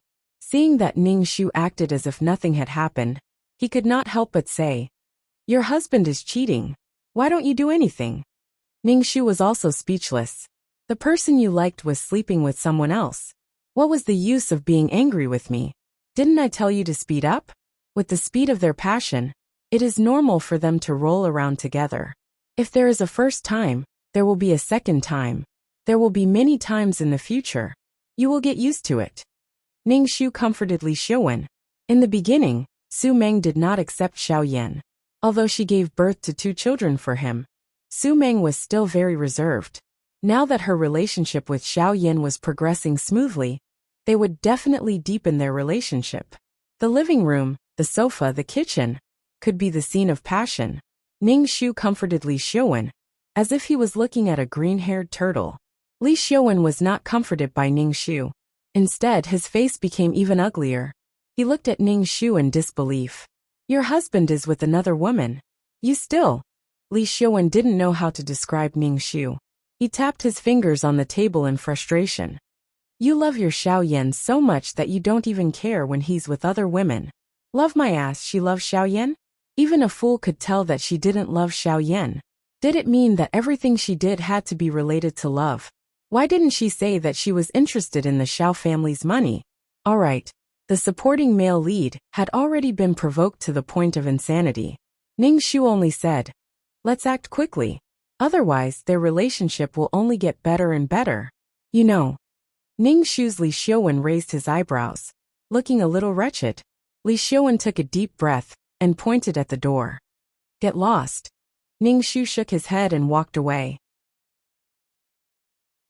When he returned to the Xiao family, the servant told Ning Shu that someone was waiting for him in the living room. Ning Shu walked into the living room and saw the Su family sitting on the sofa waiting for her. Seeing Ning Shu, Madame Su forced a smile on her face and asked, "Ran Air, how have you been recently?" Ning Shu's Madame Su smiled and said, "Very good." Since the last time Ning Shu went to the Su family and beat up the original owner's brother, Ning Shu never returned to the Su family. It felt like they would never talk to each other again. Now that she suddenly came looking for him, Ning Shu thought for a moment and knew that it was about the cooperation. He would rather believe Xiao Yin than his daughter. What was the use of looking for her now? It was useless. Ahem. Su Bo coughed and said, "Ran Air, you knew about this beforehand?" Su Bo's eyes were a little complicated, and then he said with a little decadence, "This time the Su family really suffered a great loss. Our family's assets are not even 1/10 of what it was before." Ning Shu faintly said, "Oh," without any expression. The situation now was much better than in the plot. The original Su family was fragmented. At that time, Su Bo directly took Su Lan and ran away, leaving the original owner and Madame Su behind. The two weak women became prostitutes. It could be said that she, a vicious cannon fodder, was reduced to such a situation. It could be said that she vented her hatred, but Su Debao still came to the nightclub to humiliate her. So was it really good for such a small child to go to the nightclub? And because he was the son of President Xiao Yan, Su Debao made things difficult for him, and the nightclub refused to accept her. She grew up spoiled and had no means to make a living. In the end, Su Ran was poor and died of a heart disease. It felt like she was drunk. "Can you tell Xiao Yin to borrow some money from the Xiao family, so that the Su family has some liquid funds?" Su Bo said. Ning Shu directly rolled his eyes. They were clearly messing with her, and they still wanted to lend her money. Even if Xiao Yin was a moron, he wouldn't lend her money. He was deliberately sending her to the Xiao clan to test their attitude. Didn't Dad say that women shouldn't be involved in business matters? Ning Shu directly refused. Ning Shu felt that the original owner was quite naive. She thought that by protecting the Su family, they wouldn't end up in the plot. With the support of her family, they wouldn't be so miserable. She didn't think that Su Bo didn't care about them at all. Hearing Su Ran's refusal, Su Bo's face suddenly became ugly and said, "You were born in the Su family, and the Su family gave you glory and wealth. Now they want you to pay a little, and you refuse. You have to think about it. Without the Su family, it will be difficult for you to move forward in the Xiao family." Mrs. Su looked at her husband, and then looked at Ning Shu. In the end, she sighed and didn't say anything. Su Lan said to Su Bo, "Dad, I told you not to beg her. Su Ran only has herself in her heart. She's selfish and vicious." Ning Shu looked up at Su Lan and said expressionlessly, "You either shut up, or I'll beat you until you shut up. Who do you think you are? Why are you shouting at me? If you have the guts, go find Xiao Yan who set you up. You're as cowardly as a woman. Now that the Su family has no money, you can go sell yourself." Su Lan's face instantly turned red. She clenched her fists and looked at Ning Shu with bloodshot eyes. She roared, "Su Ran, I dare you to insult me one more time. Even if I go ask for a favor, I won't come back to beg a vicious woman like you." Su Lan turned around and was about to leave, but she was stopped by Su Bo. Su Lan said with grievance and anger, "Dad, let's go. Let Su Ran be complacent. Listen to what she said. She doesn't have the Su family in her heart, and she doesn't have me, her brother. She only has herself in her heart." Hearing Su Lan's accusations, Ning Shu couldn't help but think that the men kneeling under the halo of Mary Su were all so self-righteous and willful. They always stood on the moral high ground and criticized others, but never reflected on their own behavior. Su Lan always said that she didn't have him as her brother in her heart. Then what about Su Lan, her brother, who was biased to Su Meng and treated her sister like an enemy. Haha.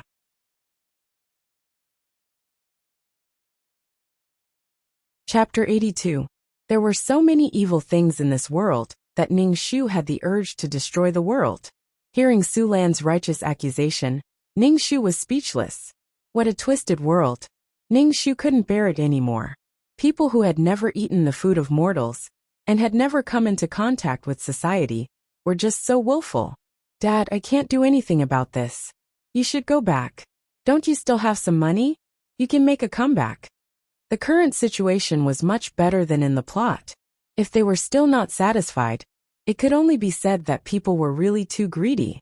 Dad, I'll say, shut up. You're not allowed to speak, or I'll beat you until you can't speak. Su Lan was interrupted by Ning Shu as soon as she opened her mouth. Su Lan looked at Ning Shu with resentment and fear.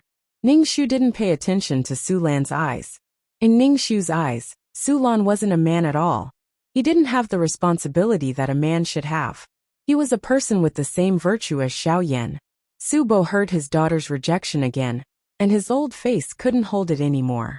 He glared at Ning Shu, and was about to leave when he suddenly heard a servant shout, "Master and Madam are back. Hurry up and come out to greet them." In a short while, 2 rows of servants stood neatly from the door to the living room. Such a big lineup. First, old Master Xiao got down from his body, followed by Xiao Yan holding Su Xiaobao, and Su Meng holding Su Debao. Stepping on the carpet, the family of 6 slowly walked in. Old Master Xiao was incomparably dignified, Madame Xiao was graceful and luxurious, and Xiao Yan was holding a little princess in a fluffy dress. Xiao Yan's peerless beauty matched with the little princess's cuteness and sweetness like an angel. Just by looking at them, one would feel that they were the best things in the world. Ning Shu's mouth twitched. They were quite good at acting. Ning Shu looked at Su Meng. Her face was white with a little rosy, and her whole body seemed to be shrouded in the rosy clouds. Her whole body was full of charm. It seemed that she was well nourished by Xiao Yan.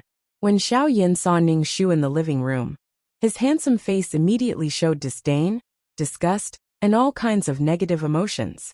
When Su Meng saw Ning Shu, a trace of uneasiness flashed across her face. However, she immediately strengthened the belief in her heart.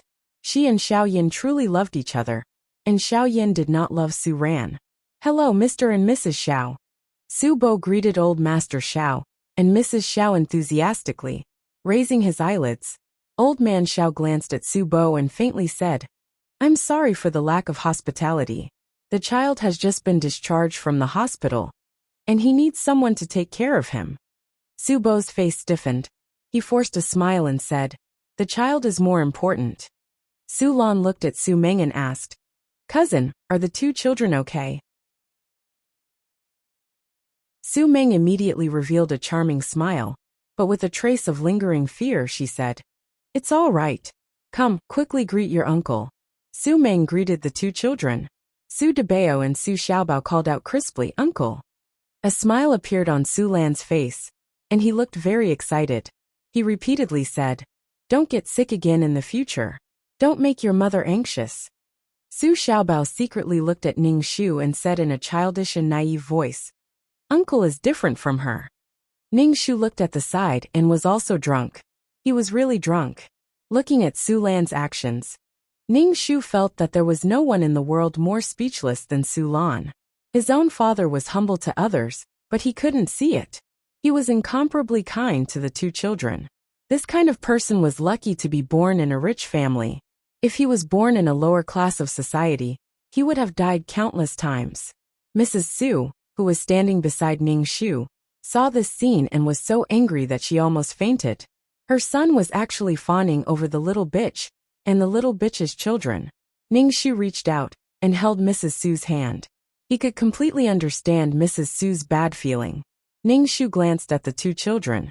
Su Debao and Su Xiaobao immediately put on a frightened look and hugged Xiao Yan's legs, as if Ning Shu was going to do something to them. Xiao Yan immediately protected his children, looked around at the Su family, and said disdainfully and condescendingly, "Since you are all here, I'll tell you the matter. Su Ran and I." Xiao Yan pointed at Ning Shu and said, "I want to divorce her." "We'll divorce now. Hearing that Xiao Yin wanted to divorce, the Xiao family didn't have any reaction, but the Su family was in an uproar, especially Mrs. Su, who directly asked Mrs. Xiao, "Why do you suddenly want to divorce? What did my daughter do wrong? Even if you want to divorce, you have to give us an explanation." Su Bo's face was also livid. He was counting on his daughter to get some working capital from the Xiao family, but now his daughter was directly kicked out of the family. At this time, Su Bo really understood that the Xiao family deliberately took over 90% of the Su family's assets. Su Bo looked a little decadent for a moment. Ning Shu's face was indifferent without any expression. He didn't cry, didn't make a fuss, and didn't even have a sad expression. Su Meng said to Ning Shu, "Although there are many misunderstandings between us, I still hope that you can find someone who loves you. I once wanted to take revenge, but now." Su Meng and Xiao Yin looked at each other and smiled. They held hands and said, "There are better things in the world. Cousin, you should also let go and find a new life. Your persistence is very painful for everyone." Ning Shu felt his stomach churning. "Please don't be so disgusting." The Su family was cheated by the Xiao family, and now they said that they didn't want to take revenge and wanted to live a happy life together. Let her quit and let them be. Ning Shu felt that his worldview was broken into dumplings. "I absolutely don't agree with the divorce," Madame Su said with a pale face. She glared at Su Meng with deep hatred in her eyes. Xiao Yan blocked Madame Su's eyes from looking at Su Meng, so that his beloved woman wouldn't be frightened. He sneered and said, "Like mother like daughter, both of you are equally vicious. You must divorce, even if you don't want to." Su Lan frowned and said to Madame Su, "There is no love between sister and brother-in-law. Mom, if you force the two of them to be together, it will only cause more misfortune and pain." "You." Madame Su looked at her calendar in disbelief, and her body staggered twice. Slap slap. Ning Shu slapped Su Lan twice. Su Lan looked at Ning Shu with resentment and said, "You hit me again." Su Meng pointed at Ning Shu and said, How can you hit people?" Then she looked at Su Lan with comforting eyes. Xiao Yin saw this scene, and remembered the scene when he was hit by Ning Shu in the hospital. This time, he felt as if he was hit in the face. It was very painful. Xiao Yin looked at Ning Shu with red eyes.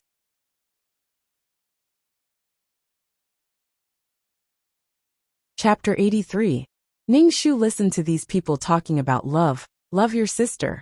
At this time, in this world except for love, there was no responsibility. Ning Shu's heart was filled with anger.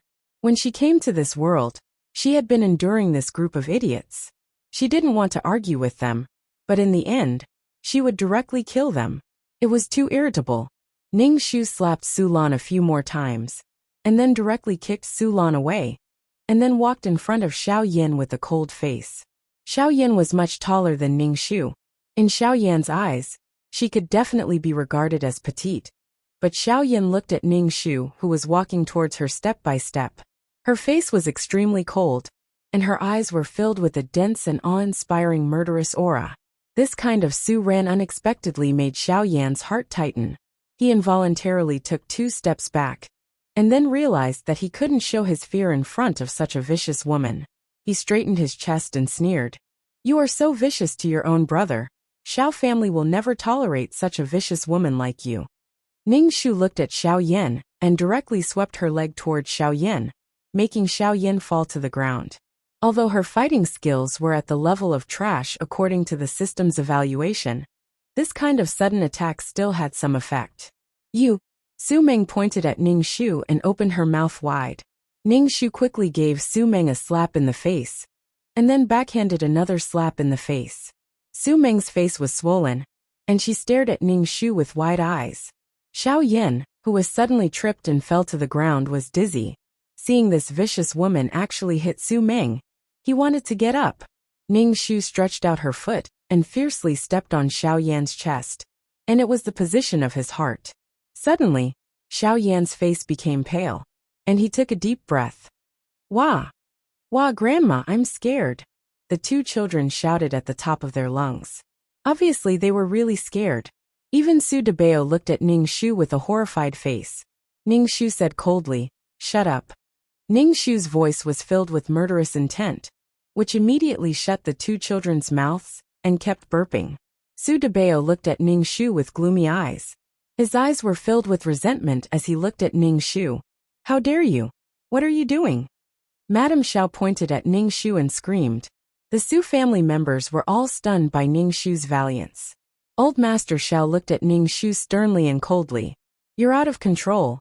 You're treating the Xiao family as nothing." The old couple's faces were livid, especially when they saw that the two children were scared out of their wits by Ning Shu. They felt distressed and angry. Ning Shu faintly clapped his hands and mercilessly stepped on Xiao Yan's chest, which made Xiao Yan's face paler, and he groaned. Obviously she was a woman, but why did she have so much strength? When she stepped on his chest, it felt like his heart was going to explode. What made Xiao Yan even more unbearable was that his dignity was being dismembered. Who was he, Xiao Yan? This woman. How dare she? Xiao Yan's heart was filled with murderous intent. Ning Shu retracted his leg and looked around at the people. When they met Ning Shu's eyes, everyone felt their scalp tingle. "Whoever mentions divorce to me, I will kill him first." You, Xiao Yan, who got up from the ground, had a murderous look in his eyes, which was exactly the same as Su Debao's. Su Meng covered her face and looked at Ning Shu, as if she had committed a heinous crime. "You're hopeless." Xiao Yan didn't mention divorce at this time. He took Su Meng and the two children and left directly. There was a kind of determination to never return. Ning Shu sneered and looked at the backs of the four people. "Don't think about returning to this villa in your life." The Su family also left with Su Lan, whose face was swollen like a pig's head. Su Bo was cold. What happened just now directly broke the relationship between the two families. The Su family was really declining. Mrs. Su looked at Ning Shu with worry in her eyes. Mr. and Mrs. Xiao looked at Ning Shu coldly and directly ignored Ning Shu. Their faces were full of reluctance to part with the two children. Ning Shu didn't care about the disgusted look of the two children at all. On this side, Xiao Yan took Su Meng and the two children back to Su Meng's small apartment. As soon as they entered the apartment, the two children hugged Xiao Yan's thigh and cried sadly. Xiao Yan had never seen the two children cry like this. The two children had always been very sensible. Xiao Yan's heart ached when they cried. He quickly hugged the two children and coaxed them. Then he saw Su Meng sitting on the sofa and covering her face. He walked over and hugged Su Meng. He gently touched Su Meng's face and said with gritted teeth, "Don't worry, I will avenge you. Su Ran bullied me several times. I will never let it go." The two children surrounded Xiao Yan. Su Debao wiped his tears and said, "Dad, will all women bully Mom in the future?" "Don't worry, there will be no future." Xiao Yan touched Su Debao's head and said coldly, "There will be no future. I will directly make Su Ran, that vicious woman, disappear. A woman who doesn't know what's good for her. If she doesn't want a divorce, she can go to hell."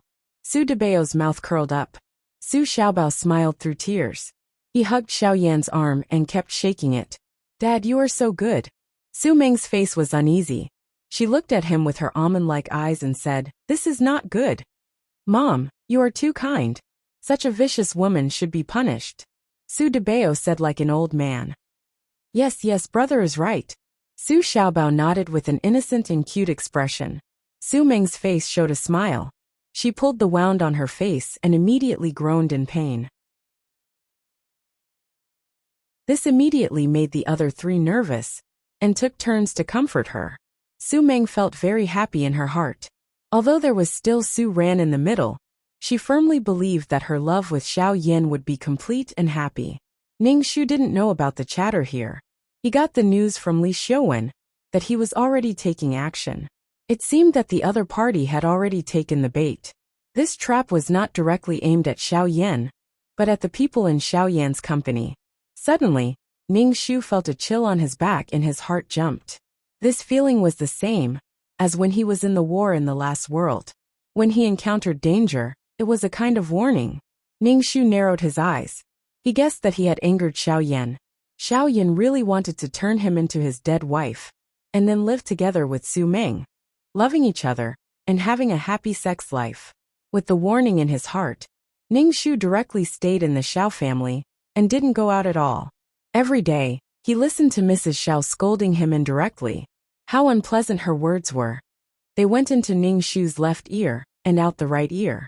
However, when Mrs. Xiao met Ning Shu's cold eyes, Mrs. Xiao was stunned. Regarding Xiao Yan leaving the Xiao family, Old Master Xiao and Mrs. Xiao both had a supportive attitude. Being ignored and disliked by her own husband, what could be worse than this punishment for a woman? She deserved to be disliked by her own husband. She deserved to be abandoned by her own husband. Mrs. Xiao looked at Ning Shu's back and thought fiercely in her heart.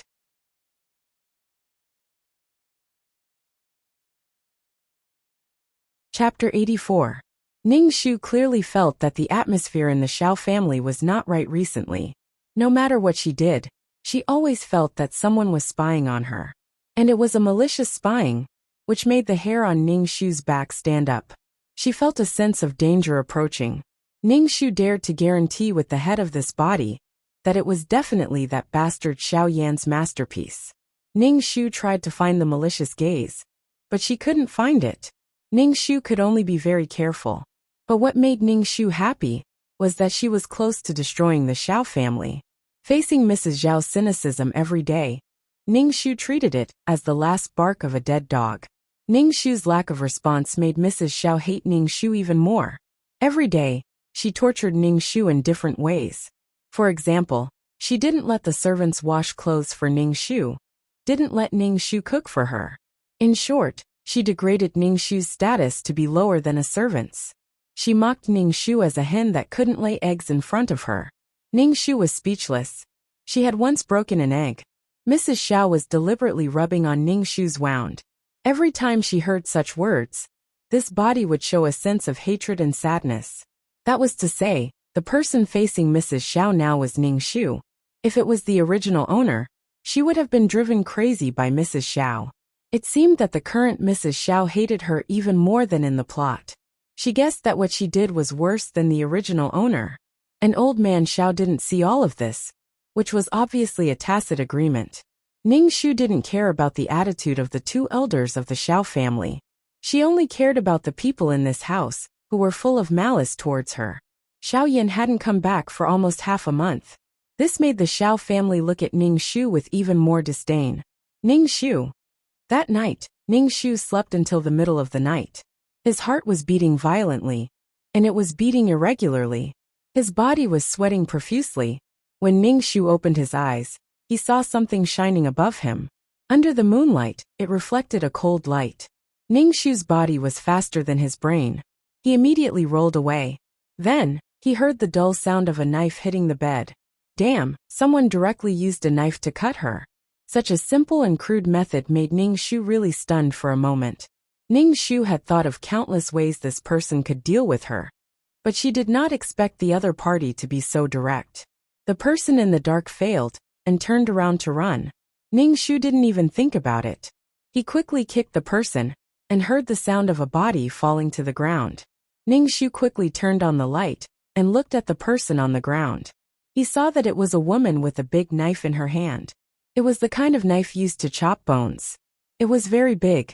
If the knife was cut at the neck, her head would be separated from her body immediately. The sudden light made people very uncomfortable. The woman on the ground blocked it with her hand first. Before she could react, the knife in her hand was snatched away by Ning Shu. After snatching the knife, Ning Shu stepped on the woman on the ground. The middle-aged woman on the ground cried out in pain, breaking the silence of the night. Ning Shu dragged the woman by the collar and dragged her to the living room. After a while, a lot of people gathered in the living room. Even Mr. Xiao and Mrs. Xiao were alarmed. Mrs. Xiao looked at Ning Shu and said with dissatisfaction, "What are you doing in the middle of the night? Do you have to make everyone restless?" Ning Shu glanced at Mrs. Xiao coldly. He kicked the woman on the ground and said, "This person wants to kill me. I called the police." Ning Shu knew the woman who wanted to kill him. She seemed to be the cook of the Xiao family. When Mr. Xiao heard that Ning Shu had called the police, he immediately said sternly, "What are you doing? You actually called the police.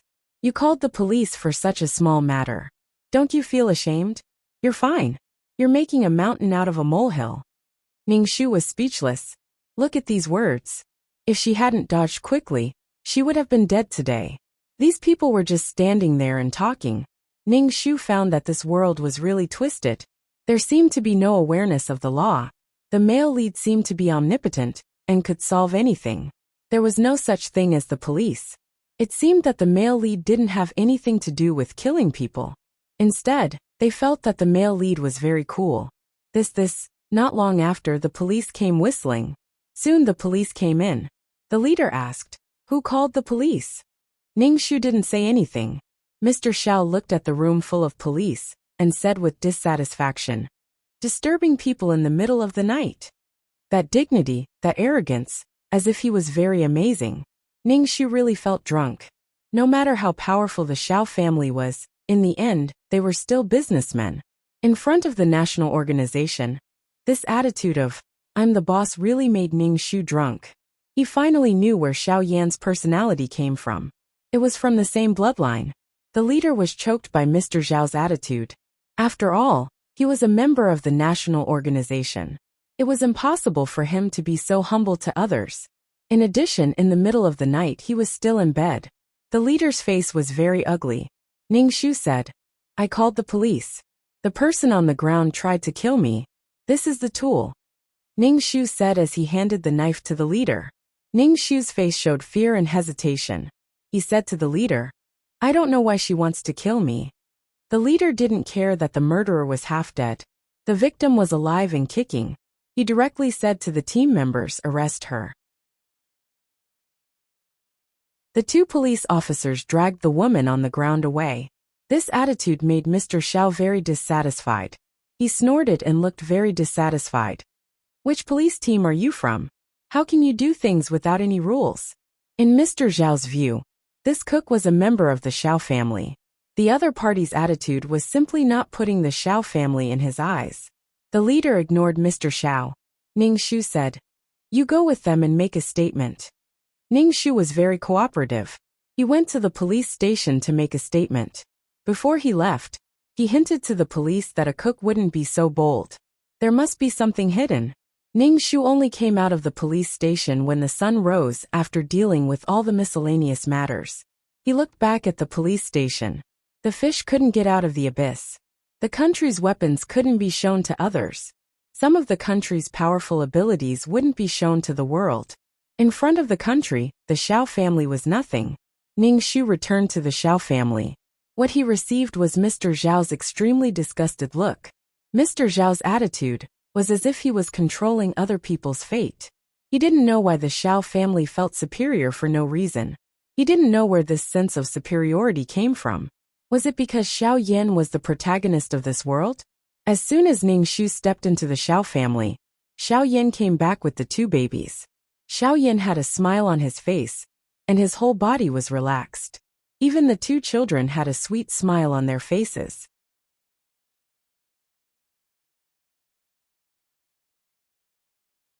Chapter 85.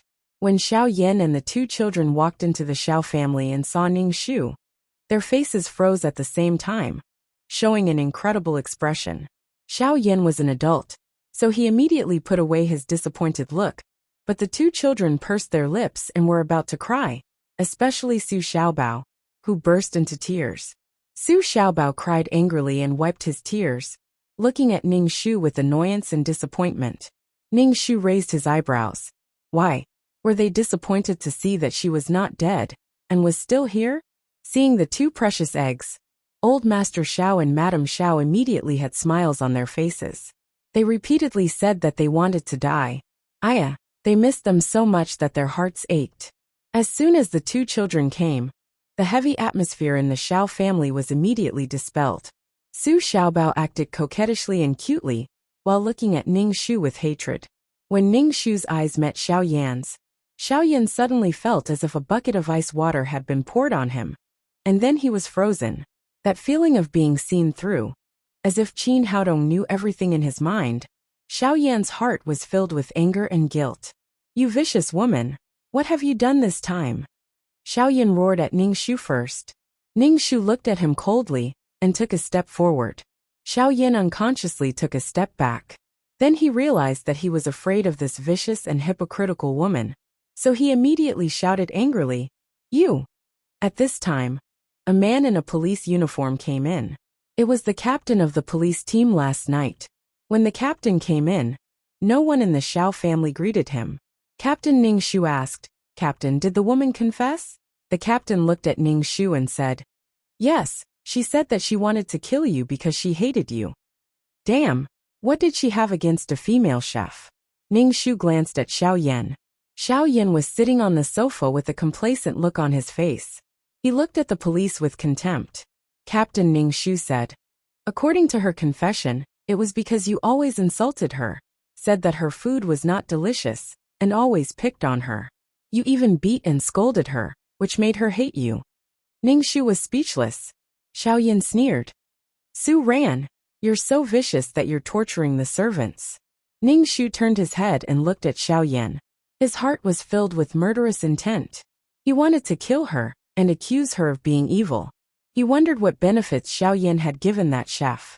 The captain didn't say anything and left after exchanging a few words with Ning Shu. Ning Shu looked at the complacent Xiao Yan. Ning Shu sneered. Seeing that Ning Shu was not dead, Xiao Yan was very disappointed. Now he didn't even want to look at Ning Shu, and left with the two children. Although Mr. and Mrs. Xiao wanted to stay with the two children all the time, it was not safe for the two children to stay in the Xiao family because of the vicious woman Ning Shu. Ning Shu turned a blind eye to all kinds of eyes and silently waited for the Xiao family to collapse. This morning, the atmosphere in the Xiao family was very tense, like a bowstring that had been pulled close. Ning Shu, on the other hand, was eating breakfast leisurely. Mr. Xiao sat on the sofa, holding his walking stick tightly and looking frighteningly solemn. Mrs. Xiao saw that Ning Shu was still eating at this time, so she glared at Ning Shu. After a while, Xiao Yin came in with Su Meng and the two children. He asked Mr. Xiao, "Dad, what's going on? Why did the company's shares fall?" Mr. Xiao slammed his walking stick. "A large number of people have been selling shares since last night. I thought it could be controlled in the morning, but now it has fallen." Su Meng didn't understand business matters. Instead, she looked at Ning Shu and complained, "Su Ran, what time is it now? Why are you still eating so leisurely? Aren't you worried at all?" Ning Shu looked at Su Meng indifferently. "Oh, your face is fine. Don't talk nonsense in front of me."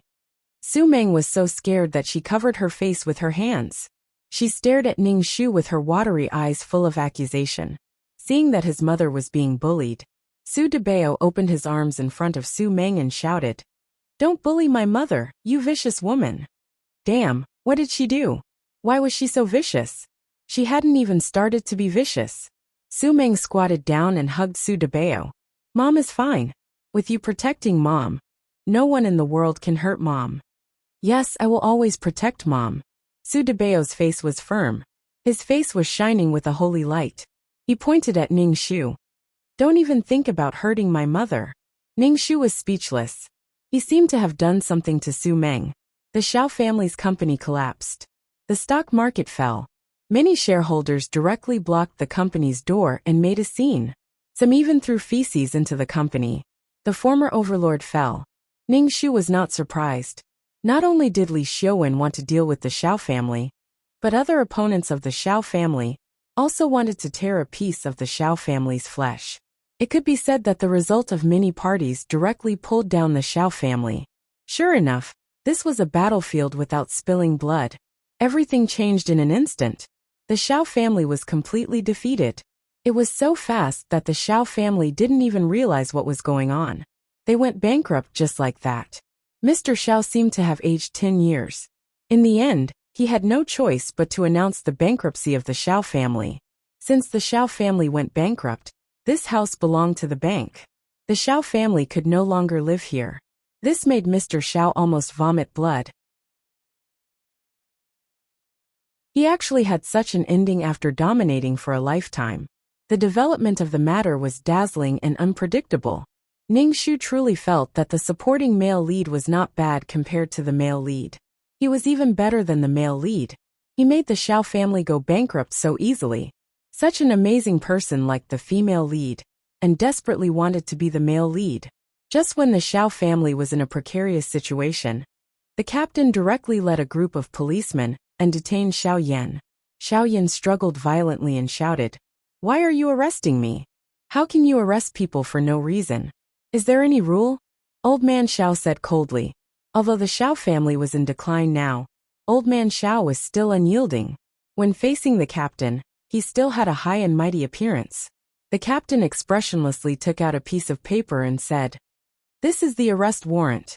The suspect, Xiao Yan, tried to hire someone to kill his wife. Now we want to take him back for interrogation." Xiao Yan's body stiffened. He looked at Ning Shu with hatred and roared, "You vicious woman, I won't let you go." Ning Shu suddenly felt that he was looking for trouble by arguing with such a person. Ning Shu ignored the roaring Xiao Yan and said to the captain, "Captain, look, he is still threatening me." As soon as Ning Shu said this, he immediately received several resentful eyes, including Su Meng and a large group of Xiao family members. "Cousin, how can you do this?" Su Meng took 2 steps back with an incredulous expression. "Do you hate Xiao Yan that much? Do you feel better after doing this? If you do this, Xiao Yan will hate you even more. He will never love you." Ning Shu didn't say anything and directly slapped Su Meng. "Shut up, or I will pull out your tongue."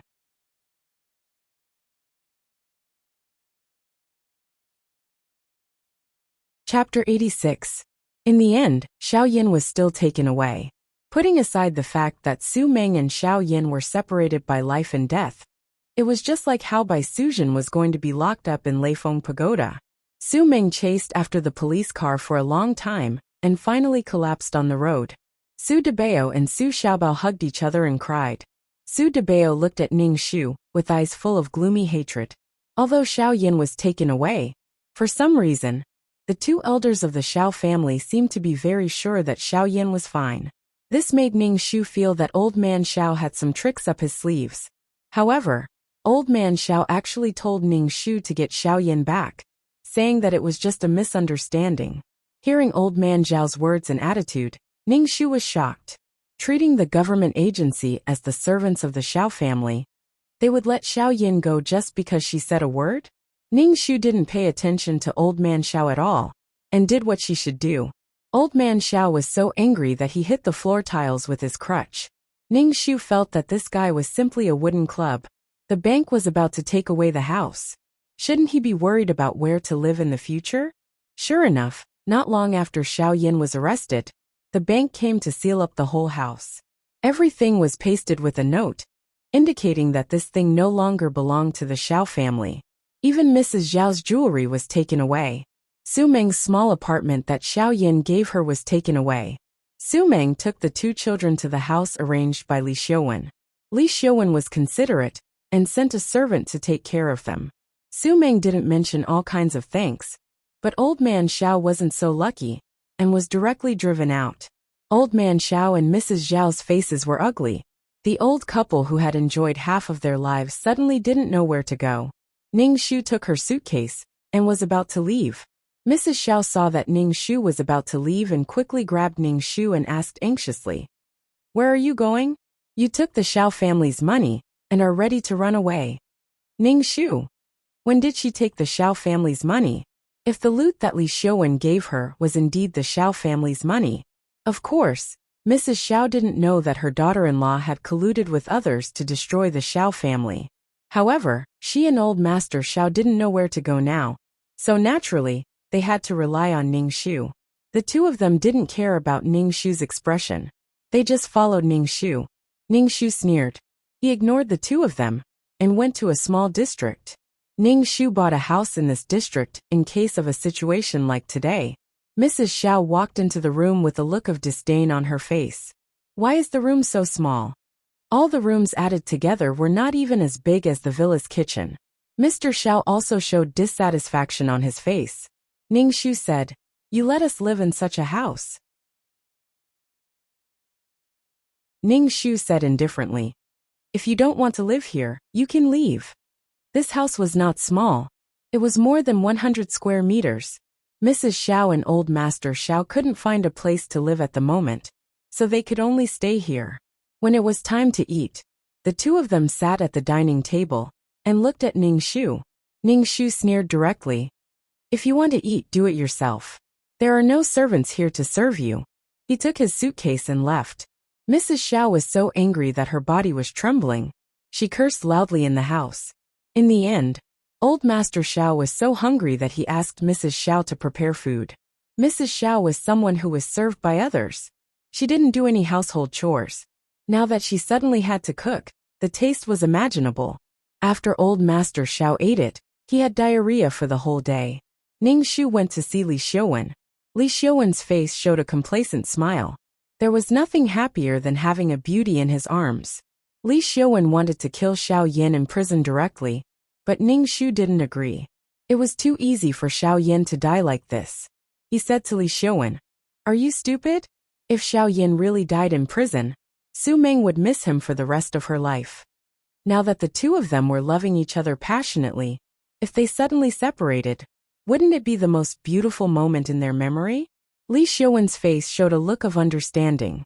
He pointed at the table and said, "That's right. Now is the best time for you to win Xiao Yan's heart. Let's make a bet. Let's see if you can make Xiao Yan fall in love with you first, or Su Meng will fall in love with me first." Ning Shu, fuck off. Why are the people in this world so disgusting? Ning Shu got what she deserved. Now the Xiao family and the Su family combined were not as rich as her. Especially the Xiao family, who had no money at all. Xiao Yan's sentence came out. He was sentenced to 2.5 years for hiring a hitman to cause intentional injury. However, Xiao Yan didn't plead guilty. Xiao Yan was domineering and wanted to appeal, but no one cared. The evidence was conclusive. It didn't matter if he pleaded guilty or not. When the Xiao family got the news, they forced Ning Shu to get Xiao Yan out. Ning Shu didn't care about these people at all. Madame Xiao looked at Ning Shu with resentment. During this period of time, Madame Xiao had been in a lot of pain. She had to do everything by herself. Her well-maintained hands had become rough, and she had become haggard. Ning Shu didn't eat at home at all, and Mr. Xiao and Mrs. Xiao didn't have money at all. They had to do the laundry and cook by themselves. Mrs. Xiao, who used to be graceful and elegant, was responsible for everything. Seeing Ning Shu living so comfortably, Madame Xiao was so jealous that her heart was filled with venom. She missed the time when she had servants to serve her. Madame Xiao wanted to act like a mother-in-law, but Ning Shu immediately asked the two of them to get lost. With nowhere to go and no money on them, the two of them were at a loss. Mr. Xiao used his old connections to get Xiao Yan out and borrow some money to make a comeback. He called them, but these people had to deal with Mr. Xiao before. Now they didn't even answer the phone. Mr. Xiao was so angry that he had high blood pressure. These people who hit a man when he was down, didn't they think about how humble they were before? Now they immediately became arrogant. Xiao Yan had been in prison for almost a week. Even Su Meng couldn't bear it anymore. Su Meng thought that Mr. Xiao would get Xiao Yan out, but Xiao Yan didn't come out after such a long time. As long as she thought of Xiao Yan's suffering, Su Meng's heart was stirred by a knife. She took the two children to Ning Shu. As soon as Su Meng saw Ning Shu, she knelt in front of Ning Shu and looked at Ning Shu with a pair of eyes that seemed to have suffered extreme pain. Ning Shu shouted, "Su Ran, I know you hate me. You hate me, it has nothing to do with Xiao Yan. Now Xiao Yan can come out with just a word from you. Do you really have the heart to let him go to prison?" Ning Shu looked at Su Meng incredulously. Xiao Yan had committed a crime. What did she mean that Xiao Yan can come out with just a word from her? Was the law so childish? "Mom, get up. I will find a way to save Dad. You don't have to beg this vicious woman." Su Debao wanted to pull Su Meng up, but Su Meng insisted on kneeling in front of Ning Shu. Su Debao looked at Ning Shu with gloomy and vicious eyes.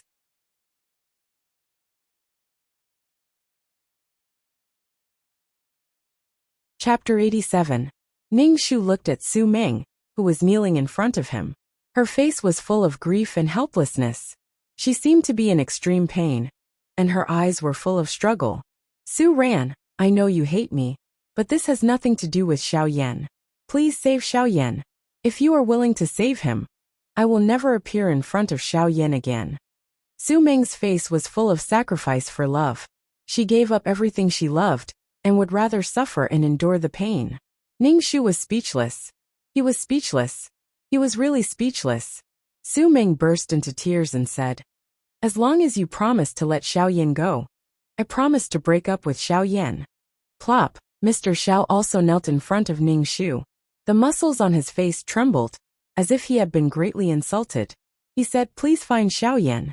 In the future, you will be the mistress of the Xiao family, and Xiao Yan will not divorce you." When Su Meng heard this, she sat on the ground in a daze. She looked miserable. What was so good about being the mistress of the Xiao family now? First, the Xiao family had no money. Second, Xiao Yan was now a criminal. Even the old couple of the Xiao family had nowhere to go now. What was so attractive about being the mistress of the Xiao family? Why did Mr. Xiao still feel so good about himself? Did he really think that others cared about his son? Ning Shu didn't speak and directly called Li Xiuwen. After a while, Li Xiuwen came. Seeing Su Meng kneeling on the ground, he quickly helped Su Meng up and asked, "Are you okay?" Su Meng shook her head in tears and said sadly, "I'm fine. I'm just too worried about Xiao Yan." When Su Meng said this, Ning Shu clearly saw Li Xiuwen's face twitch for a moment. Then, he recovered his gentle and considerate look. Was it really okay to mention Xiao Yan in front of Li Xiuwen? Was it really okay for Su Meng to provoke Li Xiuwen like this? Fortunately, Li Xiuwen could hold back. Ning Shu said to Li Xiuwen, "Tie up your dog. Don't let her run around. Look how crazy she is." Li Xiuwen didn't say anything. He just left with Su Meng, whose body was weak from crying, and Su Debao, whose face was gloomy. Old man Xiao, who had been kneeling on the ground, was already old. After kneeling for such a long time, his legs were numb. Seeing that Ning Shu was ignoring him, his face twitched. It was humiliating for a father-in-law to kneel in front of his daughter-in-law. It made old man Xiao, who had been domineering his whole life, feel incomparably humiliated. Therefore, even though old man Xiao was kneeling, he looked at Ning Shu with hatred and disgust. Ning Shu also felt drunk. Looking at old man Zhao's attitude, a normal person would not save Xiao Yan. Asking for help should have the attitude of asking for help. However, Ning Shu really wanted to get Xiao Yan out. 2 years in prison was really too easy for Xiao Yan. What if Xiao Yan became a tyrant in prison, and recruited a lot of underlings, and became the boss of the underworld when he came out? Xiao Yan was the male lead of this world. He was very lucky. Taking advantage of the fact that Xiao Yan had nothing now, he wanted to get him out, and make him completely unable to turn over. Ning Shu spent a lot of money, and found a lot of connections to get Xiao Yan out. Ning Shu looked at Xiao Yan, who was wearing a prison uniform. His head was shaved bald. His appearance had decreased a lot. Xiao Yan's eyes were still unruly, with a sense of superiority. Anyway, Ning Shu didn't know where his sense of superiority came from. When Xiao Yan saw Ning Shu, his first sentence was, "Su Ran, you vicious woman. Even if you save me, I won't love you." Ning Shu. Xiao Yan looked at Ning Shu coldly and sat in the car. Ning Shu didn't bother to talk to him, and drove back to the community. When Xiao Yan walked into the house, his first reaction was the same as old couple Xiao. Old couple Xiao was excited to see Xiao Yan. Mrs. Xiao told Xiao Yan about Ning Shu's abominable behavior, which made Xiao Yan look at Ning Shu even more coldly. Especially when he heard that Ning Shu asked his father to kneel. His eyes were full of murderous intent when he looked at Ning Shu. Facing Xiao Yan's expression, Ning Shu sneered coldly. Did he really think that all the women in the world loved him and should tolerate him? Xiao Yan was full of depression. He felt like a dragon trapped in shallow water. He locked himself at home and refused to eat. No matter how old man Xiao and Mrs. Xiao tried to persuade him, it was useless. Ning Shu looked at the food in front of the door. Since Xiao Yan didn't want to eat, he didn't want to eat. Ning Shu directly threw the food into the trash can. Seeing Ning Shu's action, Mrs. Xiao was so angry that she gasped. But she didn't dare to say anything. Now the Xiao family had to ask Ning Shu for money for everything. If they annoyed Ning Shu would refuse to pay, and they would starve again. Once they starved for a whole day. In the end, Mrs. Xiao came to Ning Shu to ask for money to eat. Only then did Mrs. Xiao and Old Man Xiao eat. Every time Mrs. Xiao and Old Man Xiao looked at Ning Shu with hatred and humiliation, but they didn't dare to say anything. Seeing Ning Shu throw away their son's food, Mrs. Xiao couldn't help but say, "Su Ran, how can you be so vicious? Xiaoyan didn't even eat when he came out, and you threw away his food." Ning Shu snorted, "Since you don't want to eat, don't eat anymore." "You." Mrs. Xiao looked at Ning Shu. "You will get your retribution." Ning Shu said coldly, "I don't know if I will get my retribution, but you will soon get yours." Hearing this, Mrs. Xiao trembled. Thinking that she had to take money from Ning Shu, she could only swallow her anger.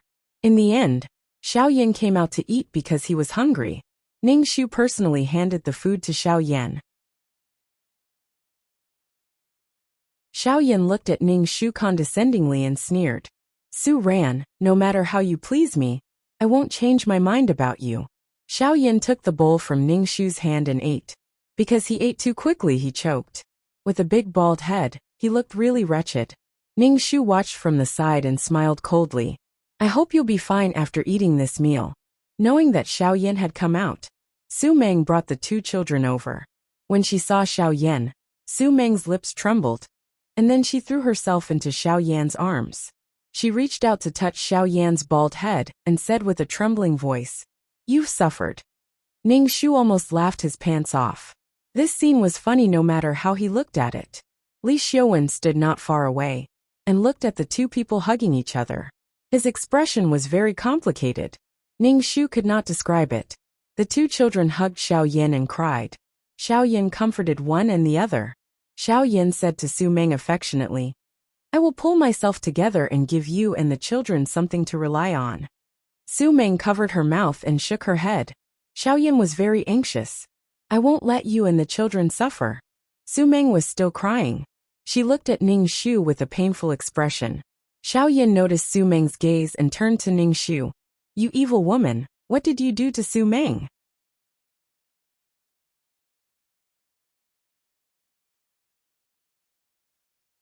Chapter 88. Vicious Woman, Vicious Woman. Now Xiaoyan didn't even call her name. Every time he opened his mouth, he would call her a vicious woman. Xiaoyan hugged Su Meng and glared at Ning Shu. "If you dare to hurt Su Meng, I won't let you go." Su Meng shook her head at Xiaoyan. "It's none of her business. I decided to leave you. As long as you come out, it's fine. Xiaoyan, forget me. You are my woman. I won't allow you to run away from me." Xiaoyan hugged Su Meng tightly and roared, with a vicious look in his eyes. "Su Ran, give up. You actually used me to threaten Su Meng. You are vicious." Ning Shu didn't know what she had said to Su Meng. It was always Su Meng talking to herself. She was the one who said that she would leave after saving Xiaoyan. Ning Shu sneered and tore apart the two people, who would never be separated from each other. He directly pushed Su Meng into Li Xiuwen's arms, then turned around and slapped Xiaoyan in the face. Then another slap in the face, and then another. Ning Shu patted his hands. "Xiaoyan, look at the situation clearly.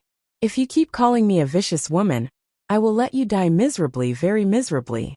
Xiaoyan was slapped in the face one after another. From the bankruptcy of the Xiao family, to the imprisonment, and now, even his beloved woman was threatened to leave him. Xiaoyan's heart was burning with anger. Xiaoyan roared and stretched out his hand to hit Ning Shu. Ning Shu grabbed Xiaoyan's hand, and then gave Xiaoyan a handsome shoulder throw. Xiaoyan fell to the ground with a bang. Xiaoyan felt that his waist was about to break. Before he could react, he felt the stiff soles of shoes stepping on his face. Ning Shu smiled evilly. He stepped on Xiaoyan's face and rubbed it hard. The people around looked at Ning Shu's actions with a dull face. The first to react was Su Debao. He came over and kicked Ning Shu, shouting, "Let go of my father, you vicious woman." Ning Shu pushed Su Debao away. Su Debao fell to the ground and cried loudly. Su Meng hugged Su Debao. "Su Ran, what did the child do wrong? Why are you treating the child like this? Kids should act like kids. Get out of my house." Ning Shu pointed at the door. "Get out of my house. Don't disgust me in front of me." Li Xiuwen took Su Meng away. When they left, Su Meng's face was full of pain. She kept looking at Xiao Yin, whose face was bruised and swollen. In the end, she was pulled away by Li Xiaowen impatiently. Su Debao turned around and looked at Ning Shu, his eyes full of resentment. When Xiao Yan's parents saw their son being beaten like this, they were so angry that they couldn't speak. They didn't dare to say anything, because Ning Shu now controlled their lives. Even if they wanted to buy a green onion, they had to ask Ning Shu for money. Xiao Yan locked himself in the room again. Then he came out to eat because he was hungry. After eating, he locked himself in the house again. No one knew what he was doing. Old man Xiao was still counting on his son to rise. He found Ning Shu and said that he wanted to borrow money from Ning Shu to let Xiao Yan do business. Old man Xiao kept saying that the husband and wife should be honored and the couple should work together. Ning Shu directly rolled his eyes and ignored Old man Xiao. Old man Xiao was so angry that his heart hurt and his blood pressure soared. He was so humble, but the other party still didn't agree.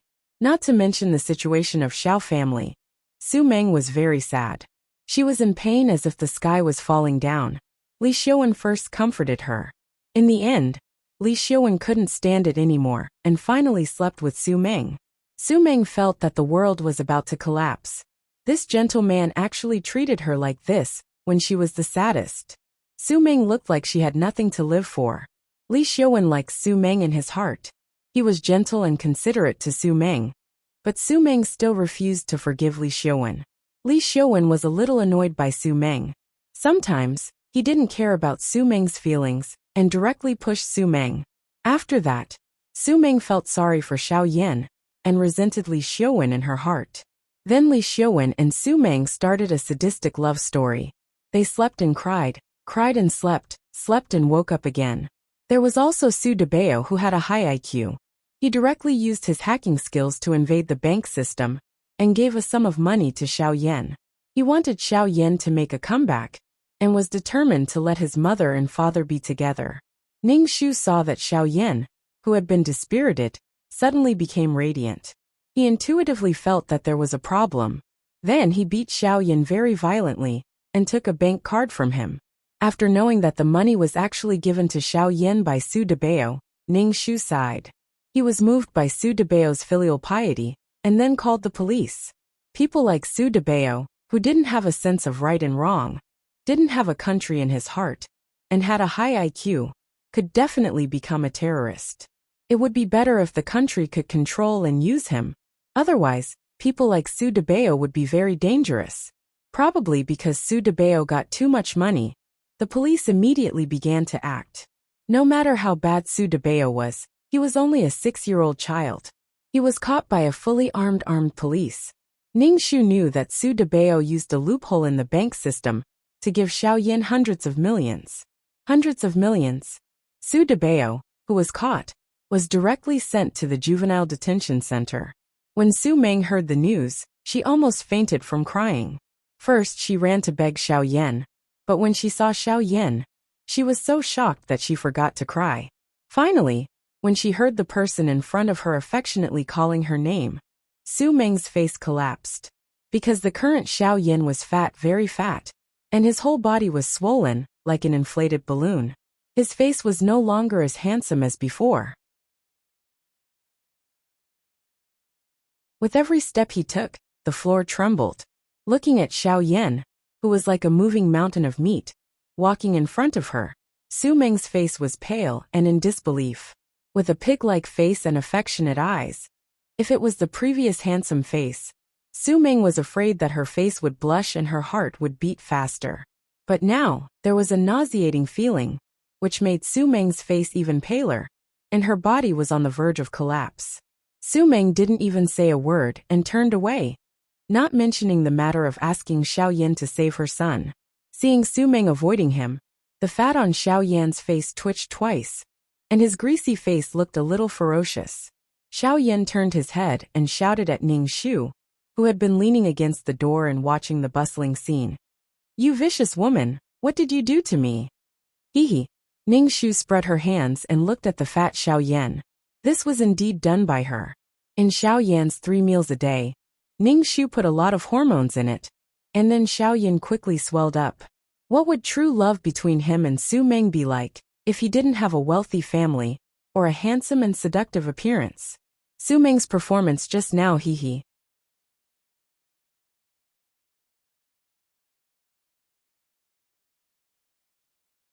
Chapter 89. Xiaoyan was now eating more and more. He was a rice bucket. The more he ate, the fatter he became. The fatter he was, the more he ate. It was a vicious cycle. Seeing his son become like this, Mr. Xiao sighed every day and hoped that his son would rise up. But now his grandson was in the juvenile detention center. Mr. Xiao was in great pain. There was nothing more painful than seeing hope slowly dashed. Mr. Xiao's hair turned white after a period of time. Mrs. Xiao had to do laundry, cook, and mop the floor all day long. She was supposed to be a sugar baby. The collagen on her face was quickly lost, and her whole face was sagging. She was no longer as plump and young as before. Now Mrs. Xiao had no time or money to do a facial. The old couple was now struggling at death's door under Ningxu. They were satisfied as long as they had something to eat. Every time she asked for money from Ningxu, Mrs. Xiao would show a flattering smile. She was no longer the elegant Mrs. Xiao of the past. His entire being seemed to have aged. Even though Xiao Yan had changed beyond recognition, Xiao Yan still had a proud heart. He still treated Ningxu coldly. Sometimes his fat eyes would reveal a vicious look. At first glance, it was obvious that he was up to something. Ningxu sneered and said in front of the Xiao family, "I've already written my will. If I die, I'll donate all my assets in this house. When the time comes, you guys can eat dirt. Bitch, you vicious woman. I am your husband. Your money is also my money. Why did you donate it, bitch? I must have had 8 lifetimes of bad luck to marry a jinx like you." The fat on Xiao Yan's face trembled, incomparably ferocious. Ningxu sneered and said indifferently, "I'm not a jinx. If you want to talk about jinxes, it should be Su Meng. The Xiao family's downfall happened after you and Su Meng got together. Don't forget that I've been married to you for nearly 6 years, and this happened? It would be best if he could have a love-hate relationship with Su Meng." Now Ningxu was not even interested in Xiao Yan's body and trampling on Xiao Yan's dignity. Instead, he was taking advantage of himself. Xiao Yan struggled, his fat jiggling. Finally Ningxu roared, "You bitch, I won't believe your words." "Alright, if you want to deceive yourself, then go ahead." Ningxu didn't intend to let Xiao Yan see her good side. Although Xiao Yan didn't believe Ningxu's words, Su Meng had run away when she saw him, which left a shadow in Xiao Yan's heart. On the other hand, Su Meng wanted to save her son, so she could only beg Li Xiaowen. Su Meng put on an expression that said, "As long as you save my son, you can do whatever you want." She had sacrificed a lot for the greater good. In her heart, she still felt the pain of betraying Xiao Yan, but she had her own difficulties. In the end, Li Xiaowen still went to save Su Debao, but he couldn't even see Su Debao's face. The people in the juvenile detention center directly quarantined Su Debao. They were very strict. Such a young child with such ability, they were determined not to let him into society. Moreover, the people in the juvenile detention center also found that this child's mentality was somewhat twisted. He didn't have a sense of right and wrong at all. He was too dangerous. Even if Li Xiaowen had the means to save Su Debao, who was defined as a dangerous person by the country, it would be fine if he could be brainwashed. But if he couldn't be trained, he could only end Su Debao's life at the age of 18. Even Li Xiaowen couldn't save Su Debao. Su Meng was completely desperate. She looked like her world was collapsing all day long. She cried and stuttered, facing a pair of swollen eyelids all day long. Li Xiaowen was also a little impatient. The number of times he came to find Su Meng became even less. Su Meng was even more desperate. She felt like she was abandoned by the whole world. She was even sadder. She hugged Su Xiaobao and cried every day. Su Xiaobao's face was wooden and gloomy. He persuaded his mother not to cry. However, after a long time, Su Xiaobao stopped persuading her and just listened to Su Meng cry all day long. Even in such a situation, Su Meng didn't go to find Xiao Yan. It was probably because Xiao Yan's face was too impactful. Then Li Xiaowen got married. The person he married was a rich family's daughter, and not Su Meng. When Su Meng found out about this news, She felt that her world was gloomy. Li Xiaowen, that gentle man, also betrayed her. Su Meng felt that God wanted to send all the suffering to her. She was really in pain. At the wedding of Li Xiaowen and the rich family's daughter, Su Meng asked Li Xiaowen with a face full of pain and despair. Why did he betray her? Li Xiaowen's face was black at that time. He directly asked people to throw Su Meng out. Ning Shu knew that the supporting male lead didn't get together with the female lead. He pursed his lips. Now that he had successfully become the male lead, he actually didn't want to be the female lead anymore. He was so unambitious. Serves him right to be the supporting male lead. However, it seemed that Xiao Yan and Su Meng, the supporting male lead, had been separated. Li Xiaowen's halo was also gone. Li Xiaowen's new wife was also not a kind person. She directly took back the house that Li Xiaowen gave Su Meng and chased Su Meng out. Su Meng, who had nowhere to go, could only find a dirty and small rented house to live. Su Xiaobao, who was already 6 years old, was already at the age of going to school. However, Su Meng didn't seem to have thought of this. She was sad and didn't think of earning money until she ran out of money. Su Meng could only look at Su Xiaobao with a pair of innocent almond eyes. In the end, she said to Su Xiaobao with a strong face, "Mommy will definitely work hard to support you. I promise." It wasn't that Su Meng didn't think of looking for Xiao Yan. There was once when she secretly went to look for Xiao Yan. She found that Xiao Yan was now as fat as a pig. Not only that, he was also missing a leg. Because he was too fat, he couldn't sit in a wheelchair and could only sleep on the bed. There was a strange vomit-inducing smell in the house. Of course, the smell was a little unbearable. As for how Xiao Yan lost his leg, it was because Xiao Yan knew that his son was going to be locked up for the rest of his life. He was too anxious, and when he went downstairs he fell and fractured his leg. It was fine after a plaster cast. When Ning Shu heard the doctor's words, Ning Shu exclaimed in surprise. He signed the surgery book and directly said, "Cut it off." After knowing that his leg was gone, Xiao Yan looked as if he had gone crazy. He looked at Ning Shu with red eyes. "Su Ran, even if I become a ghost, I won't let you go in this life or the next life." Ning Shu smiled indifferently, looking incomparably cold. However, it made Xiao Yan feel cold to the bone. This woman. Su Meng left and never came to look for Xiao Yan again. When Ning Shu found out, he just smiled indifferently and didn't say anything. True love was just like that. They didn't have to worry about daily necessities. They had endless money to spend on romance. They didn't have to do anything. They didn't have to worry about, "I love you, you love him, and he loves her all day long." It was an unparalleled and beautiful love that was untainted by the world.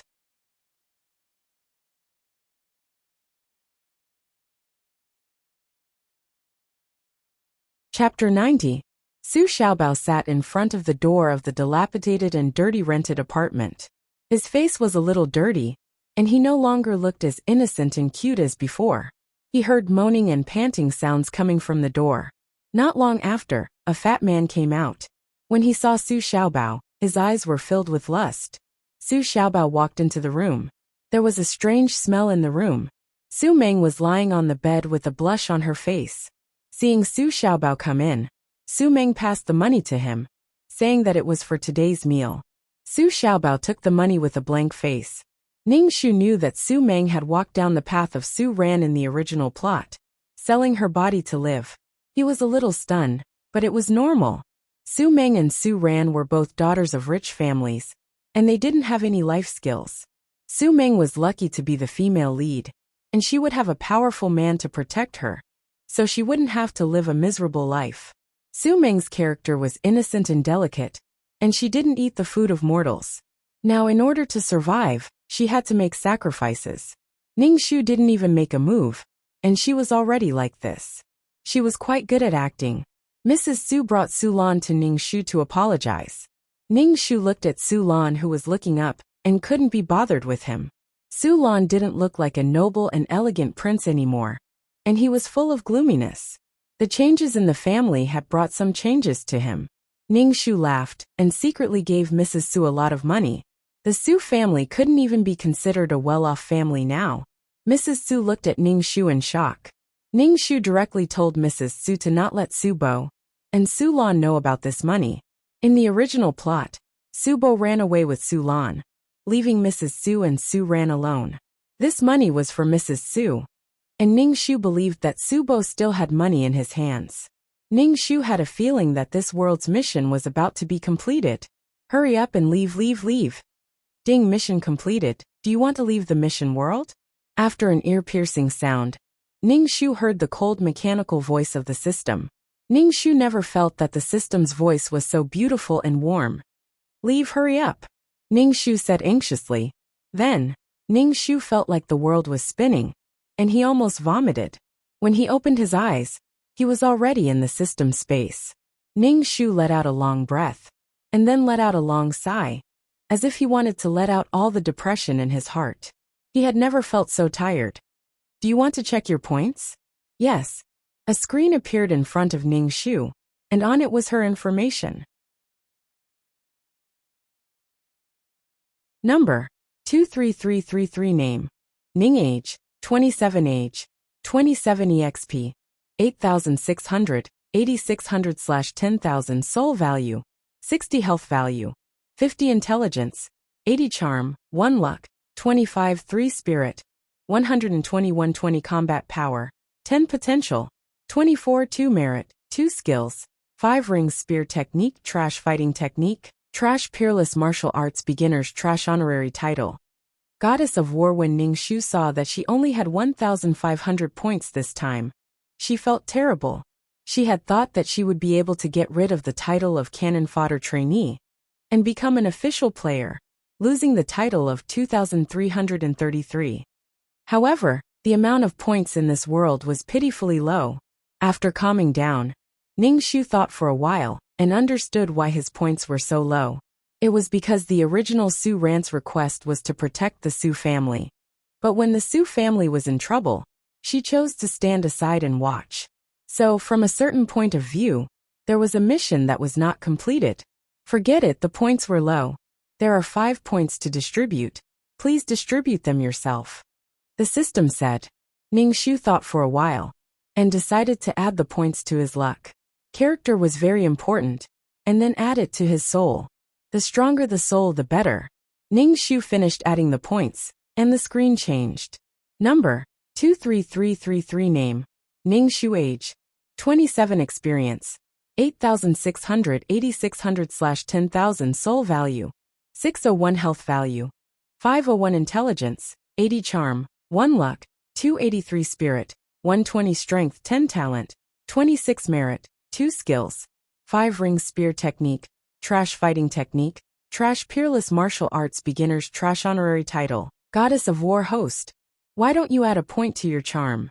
Your charm is too low, and you only have 1 point, the system said. Ning Shu saw that his charm was only a lonely one. Ning Shu felt that he was being ridiculed by the system. Why did it only say something after she finished distributing the points? What are the benefits of charm? Ning Shu asked. Charm can make others have a good impression of the player, the system said concisely. Okay, it sounded like cheating. Why didn't it say so earlier? Forget it. If I don't have charm, I'll just use violence to solve the problem. Ning Shu sat in the space and began to circulate his peerless martial arts. He began to absorb the matter in the space that could strengthen his soul. This time, Ning Shu felt that his soul was being consumed more than in the previous 2 worlds. Ah, that retard must have used a soul attack on me, causing my soul to become so dim. It's more tiring than fighting and killing. Ning Shu closed his eyes, relaxed his mind, and settled his thoughts. After an unknown amount of time, Ning Shu opened his eyes and saw that his soul had become a little stronger. There was an indescribable joy in his heart, and he shouted, System, I want to enter the mission world. Wait, I want to ask what the next world is. Ning Shu didn't even finish his words when the world started to spin, and his whole body became unwell. By the time Ning Shu had almost completely fused with this body, before she opened her eyes, she felt someone kick her leg. It was neither light nor heavy, but it hurt quite a bit. Ning Shu opened his eyes and felt that the light was a little dazzling, so he used his hand to block it. Hurry up and get up. How long are you going to sleep for? A man said. Ning Shu put down the hand in front of his eyes, and only then did he see the man in front of him. He looked very ordinary, about 30 or 40 years old, and he was wearing a t-shirt with some dirty things on it. He was so ordinary that if he was thrown into a crowd, he wouldn't attract attention. However, Ning Shu's body tensed up, and he felt that the person in front of him was very dangerous. Hurry up and eat. What are you dawdling for? You're the only one dawdling all the way here. The man said to Ning Shu in a bad mood. He walked in front and muttered, I don't know why the officer called her here. Ning Shu followed behind the man. Now that he had just arrived in this world, and he hadn't accepted the plot, he was really confused. He looked around, and it seemed to be an abandoned factory. Ning Shu touched his waist, and he actually felt a gun. Suddenly, his heart was filled with a sense of security. At least he had something to protect his life. Ning Shu's nose twitched. She didn't know if it was her imagination, but she felt that the air was filled with a strange smell. When she breathed it into her lungs, it felt as if there was sand scraping against her lungs. There was a burning sensation, and when she looked at the sky from afar, she felt that the sky was always gray. Damn, he had a bad feeling.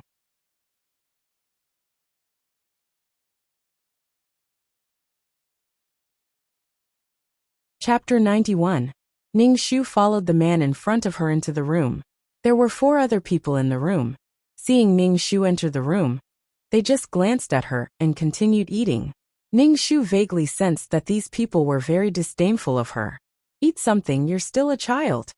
The man who asked Ning Shu to eat before pushed a box of biscuits and a bottle of water in front of Ning Shu. Ning Shu thanked him and looked around the room.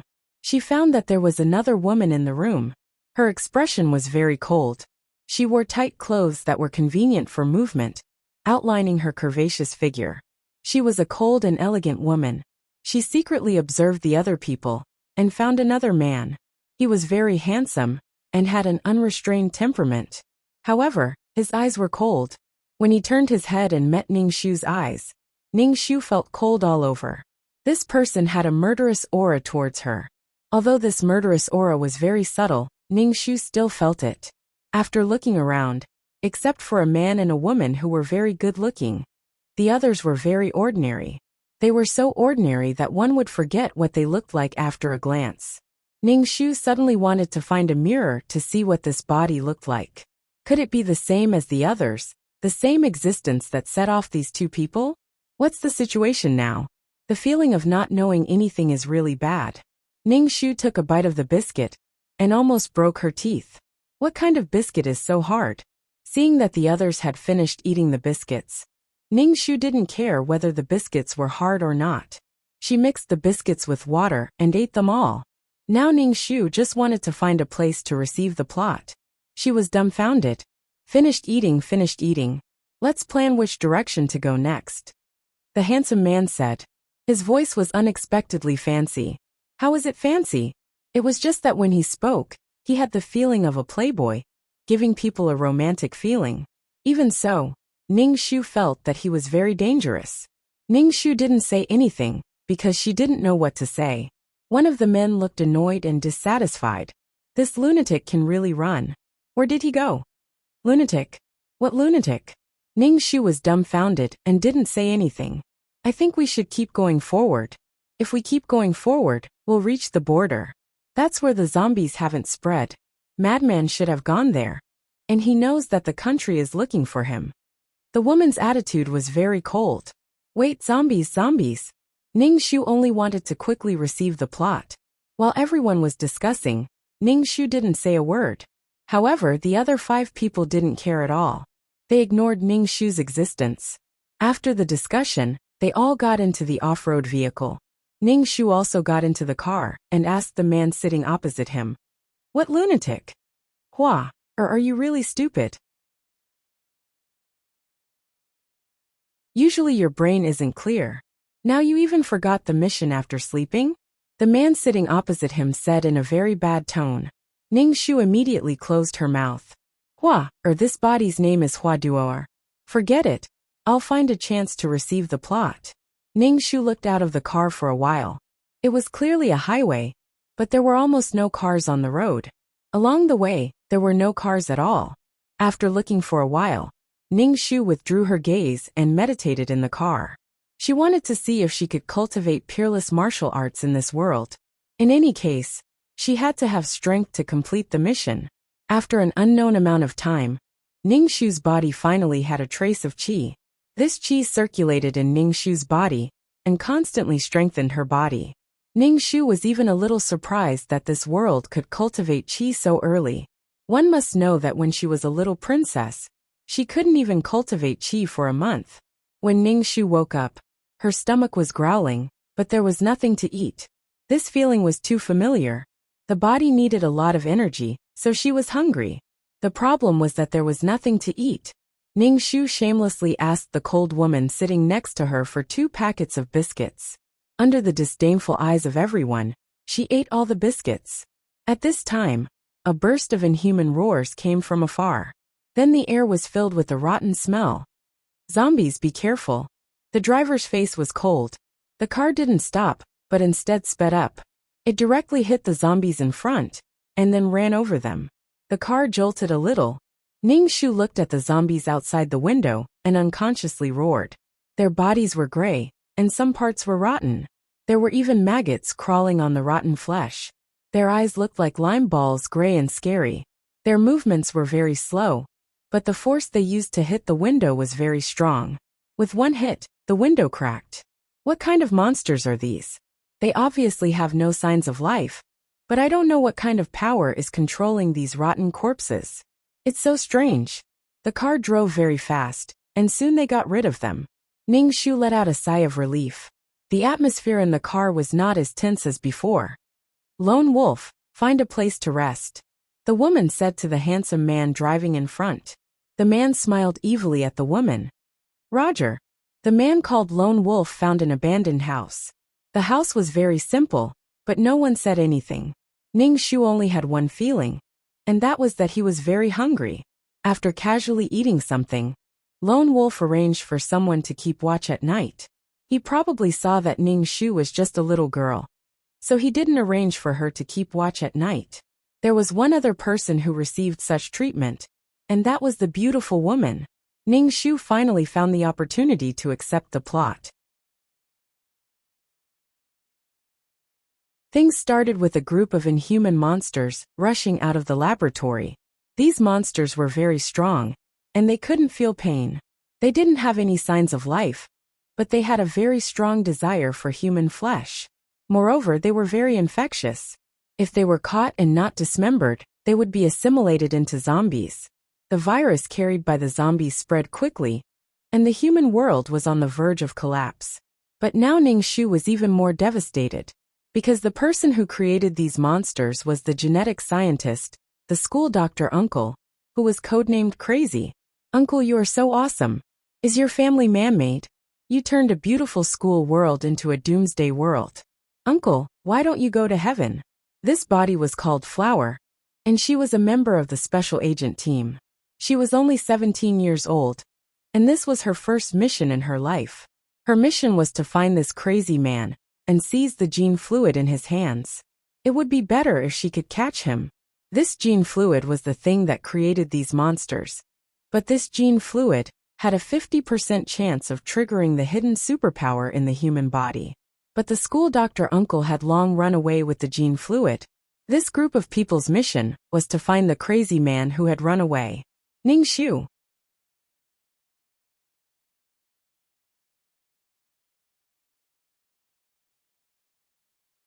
Chapter 92. In addition to Flower, there were 5 other agents who had formed a team to look for Madman. The other 5 agents were all experienced agents of the country. It was the first time this body went on a mission and became a hindrance to the team. Therefore, the attitude of the team members towards Flower was very bad.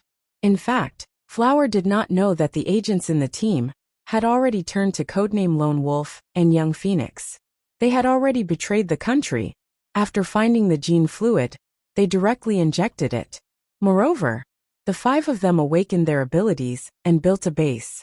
At this time, more and more people were infected. The country also fell apart, and the bases rose one after another to resist the zombies. Flower was also killed the moment the team obtained the gene fluid. She was thrown into the zombie crowd and dismembered.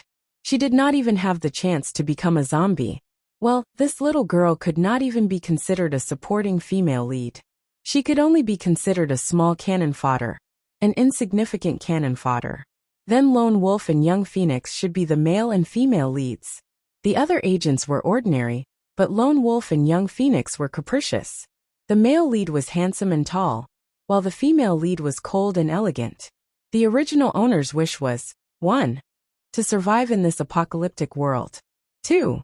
To give the gene fluid to the country, and not let Young Phoenix and Lone Wolf take it. Ning Shu looked at the two people's mission. He felt that it was easier than the previous missions. Easy my ass. Snatching something from the male and female leads was not an ordinary difficulty. Ning Shu could also understand why the original owner wanted to give the gene fluid to the country. In fact, the original owner did not have the concept of a country. She only wanted to do it for the leader of the agent team. This leader raised her and trained her. She wanted to work hard to complete the mission to repay the leader's kindness. Well, he felt that this girl was quite naive and cute. She did not even know what was happening in the team. Why was it that every mission was so lousy? Moreover, the plot did not mention what happened to the mad scientist who caused the world to become like this. The team found the gene fluid in a simple laboratory. Fuck, it felt like the school doctor uncle was a transcendent existence. The scourge lived for 1,000 years. The uncle was going to go down in history forever and be infamous for 10,000 years. He directly changed the entire human world. A new favorite had appeared in the world. Then the previous female lead, Ling Shui, was probably dead. Heaven and Earth's fate would choose a new favorite and redistribute fate. It was a sad story. Ning Shu wanted to cry. Mama, this world is so dangerous. Not only are there zombies, but there are also teammates who want to kill her. Hey, wake up. You've been sleeping all day. Ning Shu was kicked by someone. When he opened his eyes, the sky was already bright. Ning Shu looked at the man. This man's code name was Tarantula, and he was an expert in all kinds of firearms. At this moment, Tarantula looked at Ning Shu with an impatient expression. You are an agent. Don't you even have the most basic vigilance? You can sleep until dawn. People like you should be eaten by zombies. Ning Shu did not speak. His expression was as ignorant as usual, as he followed Tarantula into the team. Today, they were eating hardtack again. Ning Shu did not care if he was used to it, and finished everything, because he was really hungry. Looking around, Ning Shu found that Lone Wolf and Young Phoenix were not in the team at all. He could not help but ask Tarantula, where did the captain go? The team leader was Lone Wolf, and Young Phoenix was not in the team. Ning Shu guessed very shamelessly that the two of them might have gone somewhere to have sex. Just take care of yourself. Why do you care about others? Tarantula said in a bad mood. The others also looked at Ning Shu as if they didn't care about her. Ning Shu was thinking in his heart. Should he directly leave the team and look for the gene fluid by himself? However, this plan was a bit risky. He had no supplies, no water, and no food. How could he walk there? If he really did that, it would be too late. Moreover, if he left the team so rashly, Lone Wolf and Young Phoenix would notice and end his life prematurely. Lone Wolf and Young Phoenix were decisive and ruthless people. Therefore, he still had to follow the team to find the gene fluid. In fact, Ning Shu still liked to face such male and female leads. He would rather face such people, at least with a normal brain, than face such people in the previous world. They were clearly the ones making trouble, but they insisted that others were being unreasonable. After breakfast, Ning Shu wanted to talk to these people, but no one paid attention to him. They wiped their pistols and sharpened their knives. In short, he was ignored. Ning Shu was speechless. Ning Shu gave up talking to these people. Ning Shu felt that the original owner was quite miserable. His strength was so bad that others did not even want to recruit him. It was also because the original owner had a one-track mind. He did not have any thoughts about the tempting gene fluid. All he wanted was to complete the mission. At this time, the door suddenly opened with a bang. Everyone looked up and saw Lone Wolf and Young Phoenix almost crawling in. Both of them had a look of horror on their faces. Be alert. Lone Wolf's face was dignified as he stood in front of young Phoenix. Captain, what happened? Tarantula asked Lone Wolf, holding a gun in his hand and looking around vigilantly. Ning Shu pulled out his gun when the two people came in. He felt a strong pressure coming closer and closer. These two people must have provoked something. The protagonist had a constitution of accidents. When he provoked something he could not resist, he would be miserable. Those who died were all cannon fodder, but the protagonist was fine. Ning Shu's forehead was covered in cold sweat. A strong pressure almost crushed his heart. Everyone in the room had a very serious expression. Even young Phoenix, who had always been noble and cold, had a pale face. Ning Shu took a step back and silently hid behind the team. Lone Wolf in front looked at Ning Shu with disdain. Ning Shu did not care. He was the one who provoked them. So why did he have to look down on others? Just when everyone's nerves were high, a figure suddenly appeared at the door. It was so fast that no one could react. Ning Shu took the lead and fired a shot at the afterimage. Ning Shu was stunned for a moment, and a human figure appeared in front of her. In front of her was a magnified face with a pale face. At first glance, she knew that it was a zombie, but this zombie was not as rotten as the other zombies, and its movements were more flexible than the other zombies. This was an evolved variant zombie. Ning Shu turned around and ran away without thinking. She couldn't fight against this thing. The zombie was entangled by other people. So Ning Shu managed to escape the disaster. For a time, darts, hidden weapons, and bullets were thrown at the zombie. But what made everyone collapse was that the zombie dodged them one by one. Ning Shu's jaw dropped to the ground. The apocalypse had just begun, and suddenly such a powerful thing appeared? This kind of thing was simply a killing machine. At least for now, humans had no power to resist. Lone Wolf and young Phoenix were really good at it.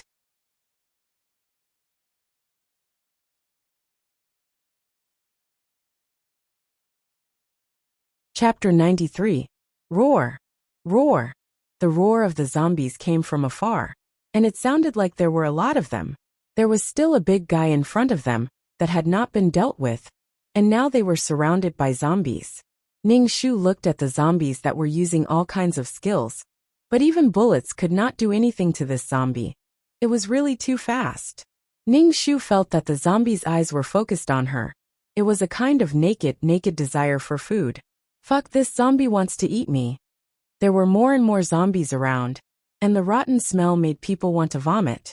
Ning Shu shot the zombie that wanted to catch her, and looked at the zombie that was entangled by Lone Wolf. Ning Shu felt that this zombie was fighting with this team. Did Lone Wolf and young Phoenix provoke this zombie? Suddenly, Ning Shu's hair stood up, and a cold breath came from behind. Ning Shu did not think and dodged, rolling on the ground to avoid the zombie's attack. Ning Shu and young Phoenix shouted, "Did you take something?" Young Phoenix quickly shook her head. "No, I didn't." Ning Shu felt that something was wrong. Since she did not take anything, why did she fight to the death? "Everyone get in the car, get in the car." Lone Wolf shouted to the others, and took the lead to get in the car, and shouted to young Phoenix, "Get in the car, we can't deal with this zombie." Ning Shu quickly got in the car and slammed the door. Everyone was still in shock. Ning Shu gasped, looked around, and found that there was one less person in the car, one dead. There was a change in the plot, in the original plot, except for Ning Shu, the cannon fodder, who died. The others were fine, and finally awakened the ability. Young Phoenix tightly bit her lips, her face was pale, and she looked very nervous, excited and worried. Ning Shu intuitively felt that young Phoenix was hiding something from them. Bang! Suddenly there was a loud noise on the roof. The mutated zombie was actually on the roof. Ning Shu had a very bad feeling. Hearing the loud sounds coming from the roof of the car, Ning Shu gripped the gun in his hand tightly. Ning Shu slammed on the brakes and accelerator, trying to get rid of the zombie on top of the car. The car was very bumpy, and Ning Shu almost vomited. But the zombie on top of the car was like a gecko. He couldn't get rid of it. Ning Shu turned around and saw a human head outside the car window. It was a gray-white zombie face. Ning Shu turned his head stiffly. What was going to happen now? The zombies were going against them. The sound on the roof of the car was still going on. There were cracks on the roof, and the sound was very loud. The windows were also shattered. Ning Shu fired a shot at the zombie's outstretched hand. The bullet grazed the gray palm, and did not cause any damage to the zombie. Invulnerability. This was too abnormal. How was he supposed to fight? What are you doing? You will only anger him. Young Phoenix Ning Shu shouted. Now that the situation was like this, who cared about anger? Fuck, the car is out of gas. Lone Wolf, who was driving, shouted. Sure enough, the car stopped after a while. The zombie that had been on the roof of the car jumped down and aimed at young Phoenix's chest. Ning Shu was speechless. Was the zombie a pervert? Young Phoenix, who was attacked, turned pale. Facing the zombie's attack, she seemed to have lost the ability to resist. Her expression was blank. Young Phoenix, quickly dodge. Lone Wolf shouted at young Phoenix and fired at the zombie. Surprisingly, the zombie didn't attack young Phoenix. Instead, it pulled something out of her neck. Ning Shu held her gun and squinted at the thing in the zombie's hand. It was a glass bottle, and it shone brightly under the sunlight. The transparent liquid in the glass bottle was thicker than ordinary water. What was this? The zombies stole the gene fluid. Young Phoenix shouted. Everyone else was stunned. Gene fluid. Young Phoenix found the gene fluid? Ning Shu's expression was a bit strange. What did the zombie want the gene fluid for? There was no such thing in the plot. There's no time to explain. Anyway, we have to get the gene fluid back first, young Phoenix shouted. Seeing that the gene fluid was in its hands, the zombie did not bother with Ning Shu's group. It grabbed the gene fluid and planned to leave. Quickly stop it. We have to get the gene fluid. Lone Wolf shouted at the four people. Ning Shu rolled his eyes. It was obvious that they could not win. Why should they fight? However, Ning Shu's actions were not slow. Shooting at the zombie was useless. Shouldn't they be glad that the zombie did not want to kill them? The zombie seemed to be angered. It roared at the five people with a ferocious expression and rushed toward Ning Shu first. Ning Shu. Oh, was it because she looked weak that the zombies were charging at her? Ning Shu saw that the others were only blocking the zombie symbolically. They did not intend to help her at all. She could only save herself. A gray palm reached toward Ning Shu's neck. A rotten smell hit Ning Shu in the face. Ning Shu almost vomited. Ning Shu fired a shot at the zombie's head, but the zombie dodged. Looking at the zombie's claws getting closer and closer, Ning Shu's pupils shrank. Then, before she could react, the zombie's head in front of her suddenly exploded, splashing gray brain matter all over her face. Ning Shu. Not only was Ning Shu shocked, but the surrounding people were also shocked. The zombies' defense was not just for show. It was really hard for them to react when the zombie's head exploded. Ning Shu wiped her face. When she opened her eyes, she saw a car parked not far away. A man stood in front of the car. The man was wearing a black windbreaker. The wind blew the corners of his clothes, making it look elegant. He held a gun in his hand. The black muzzle was aimed at Ning Shu. Ning Shu was not scared to death by the zombie. Instead, she was scared to death by the gun. Even zombies could be taken care of. Ning Shu was scared to death by the gun. Don't. Ning Shu quickly waved her hand. We are all humans. Humans. Ning Shu did not expect to meet the school doctor in such a situation. The school doctor was still wearing that disgusting windbreaker. Ning Shu had experienced several worlds. Seeing the school doctor again felt like a lifetime had passed. Friend, thank you for your help. Lone Wolf said first. The school doctor looked at Lone Wolf indifferently. The black muzzle was still pointed at Ning Shu. Ning Shu's hair stood on end. Pick up the gene fluid on the ground. The school doctor said to Ning Shu. Can you move the gun away first? I'm scared. Ning Shu shouted at the school doctor. The school doctor sneered. Ning Shu hooked his finger. Come here quickly. Ning Shu pulled the zombie's hand away and walked towards the school doctor with the gene fluid. Little Phoenix wanted to walk over to Ning Shu, but was stopped by Ning Shu. Little Phoenix was not willing to give up. She looked at the gene fluid in Ning Shu's hand with a burning gaze. Ning Shu walked slowly towards the school doctor. The school doctor frowned. Don't come so close. You stink. Ning Shu. This fussy clean freak had not changed. You're tuning in to the Li Mei's Wuxia Whispers YouTube channel. We're so grateful for your support. And don't forget to subscribe to join us on this incredible journey through captivating stories.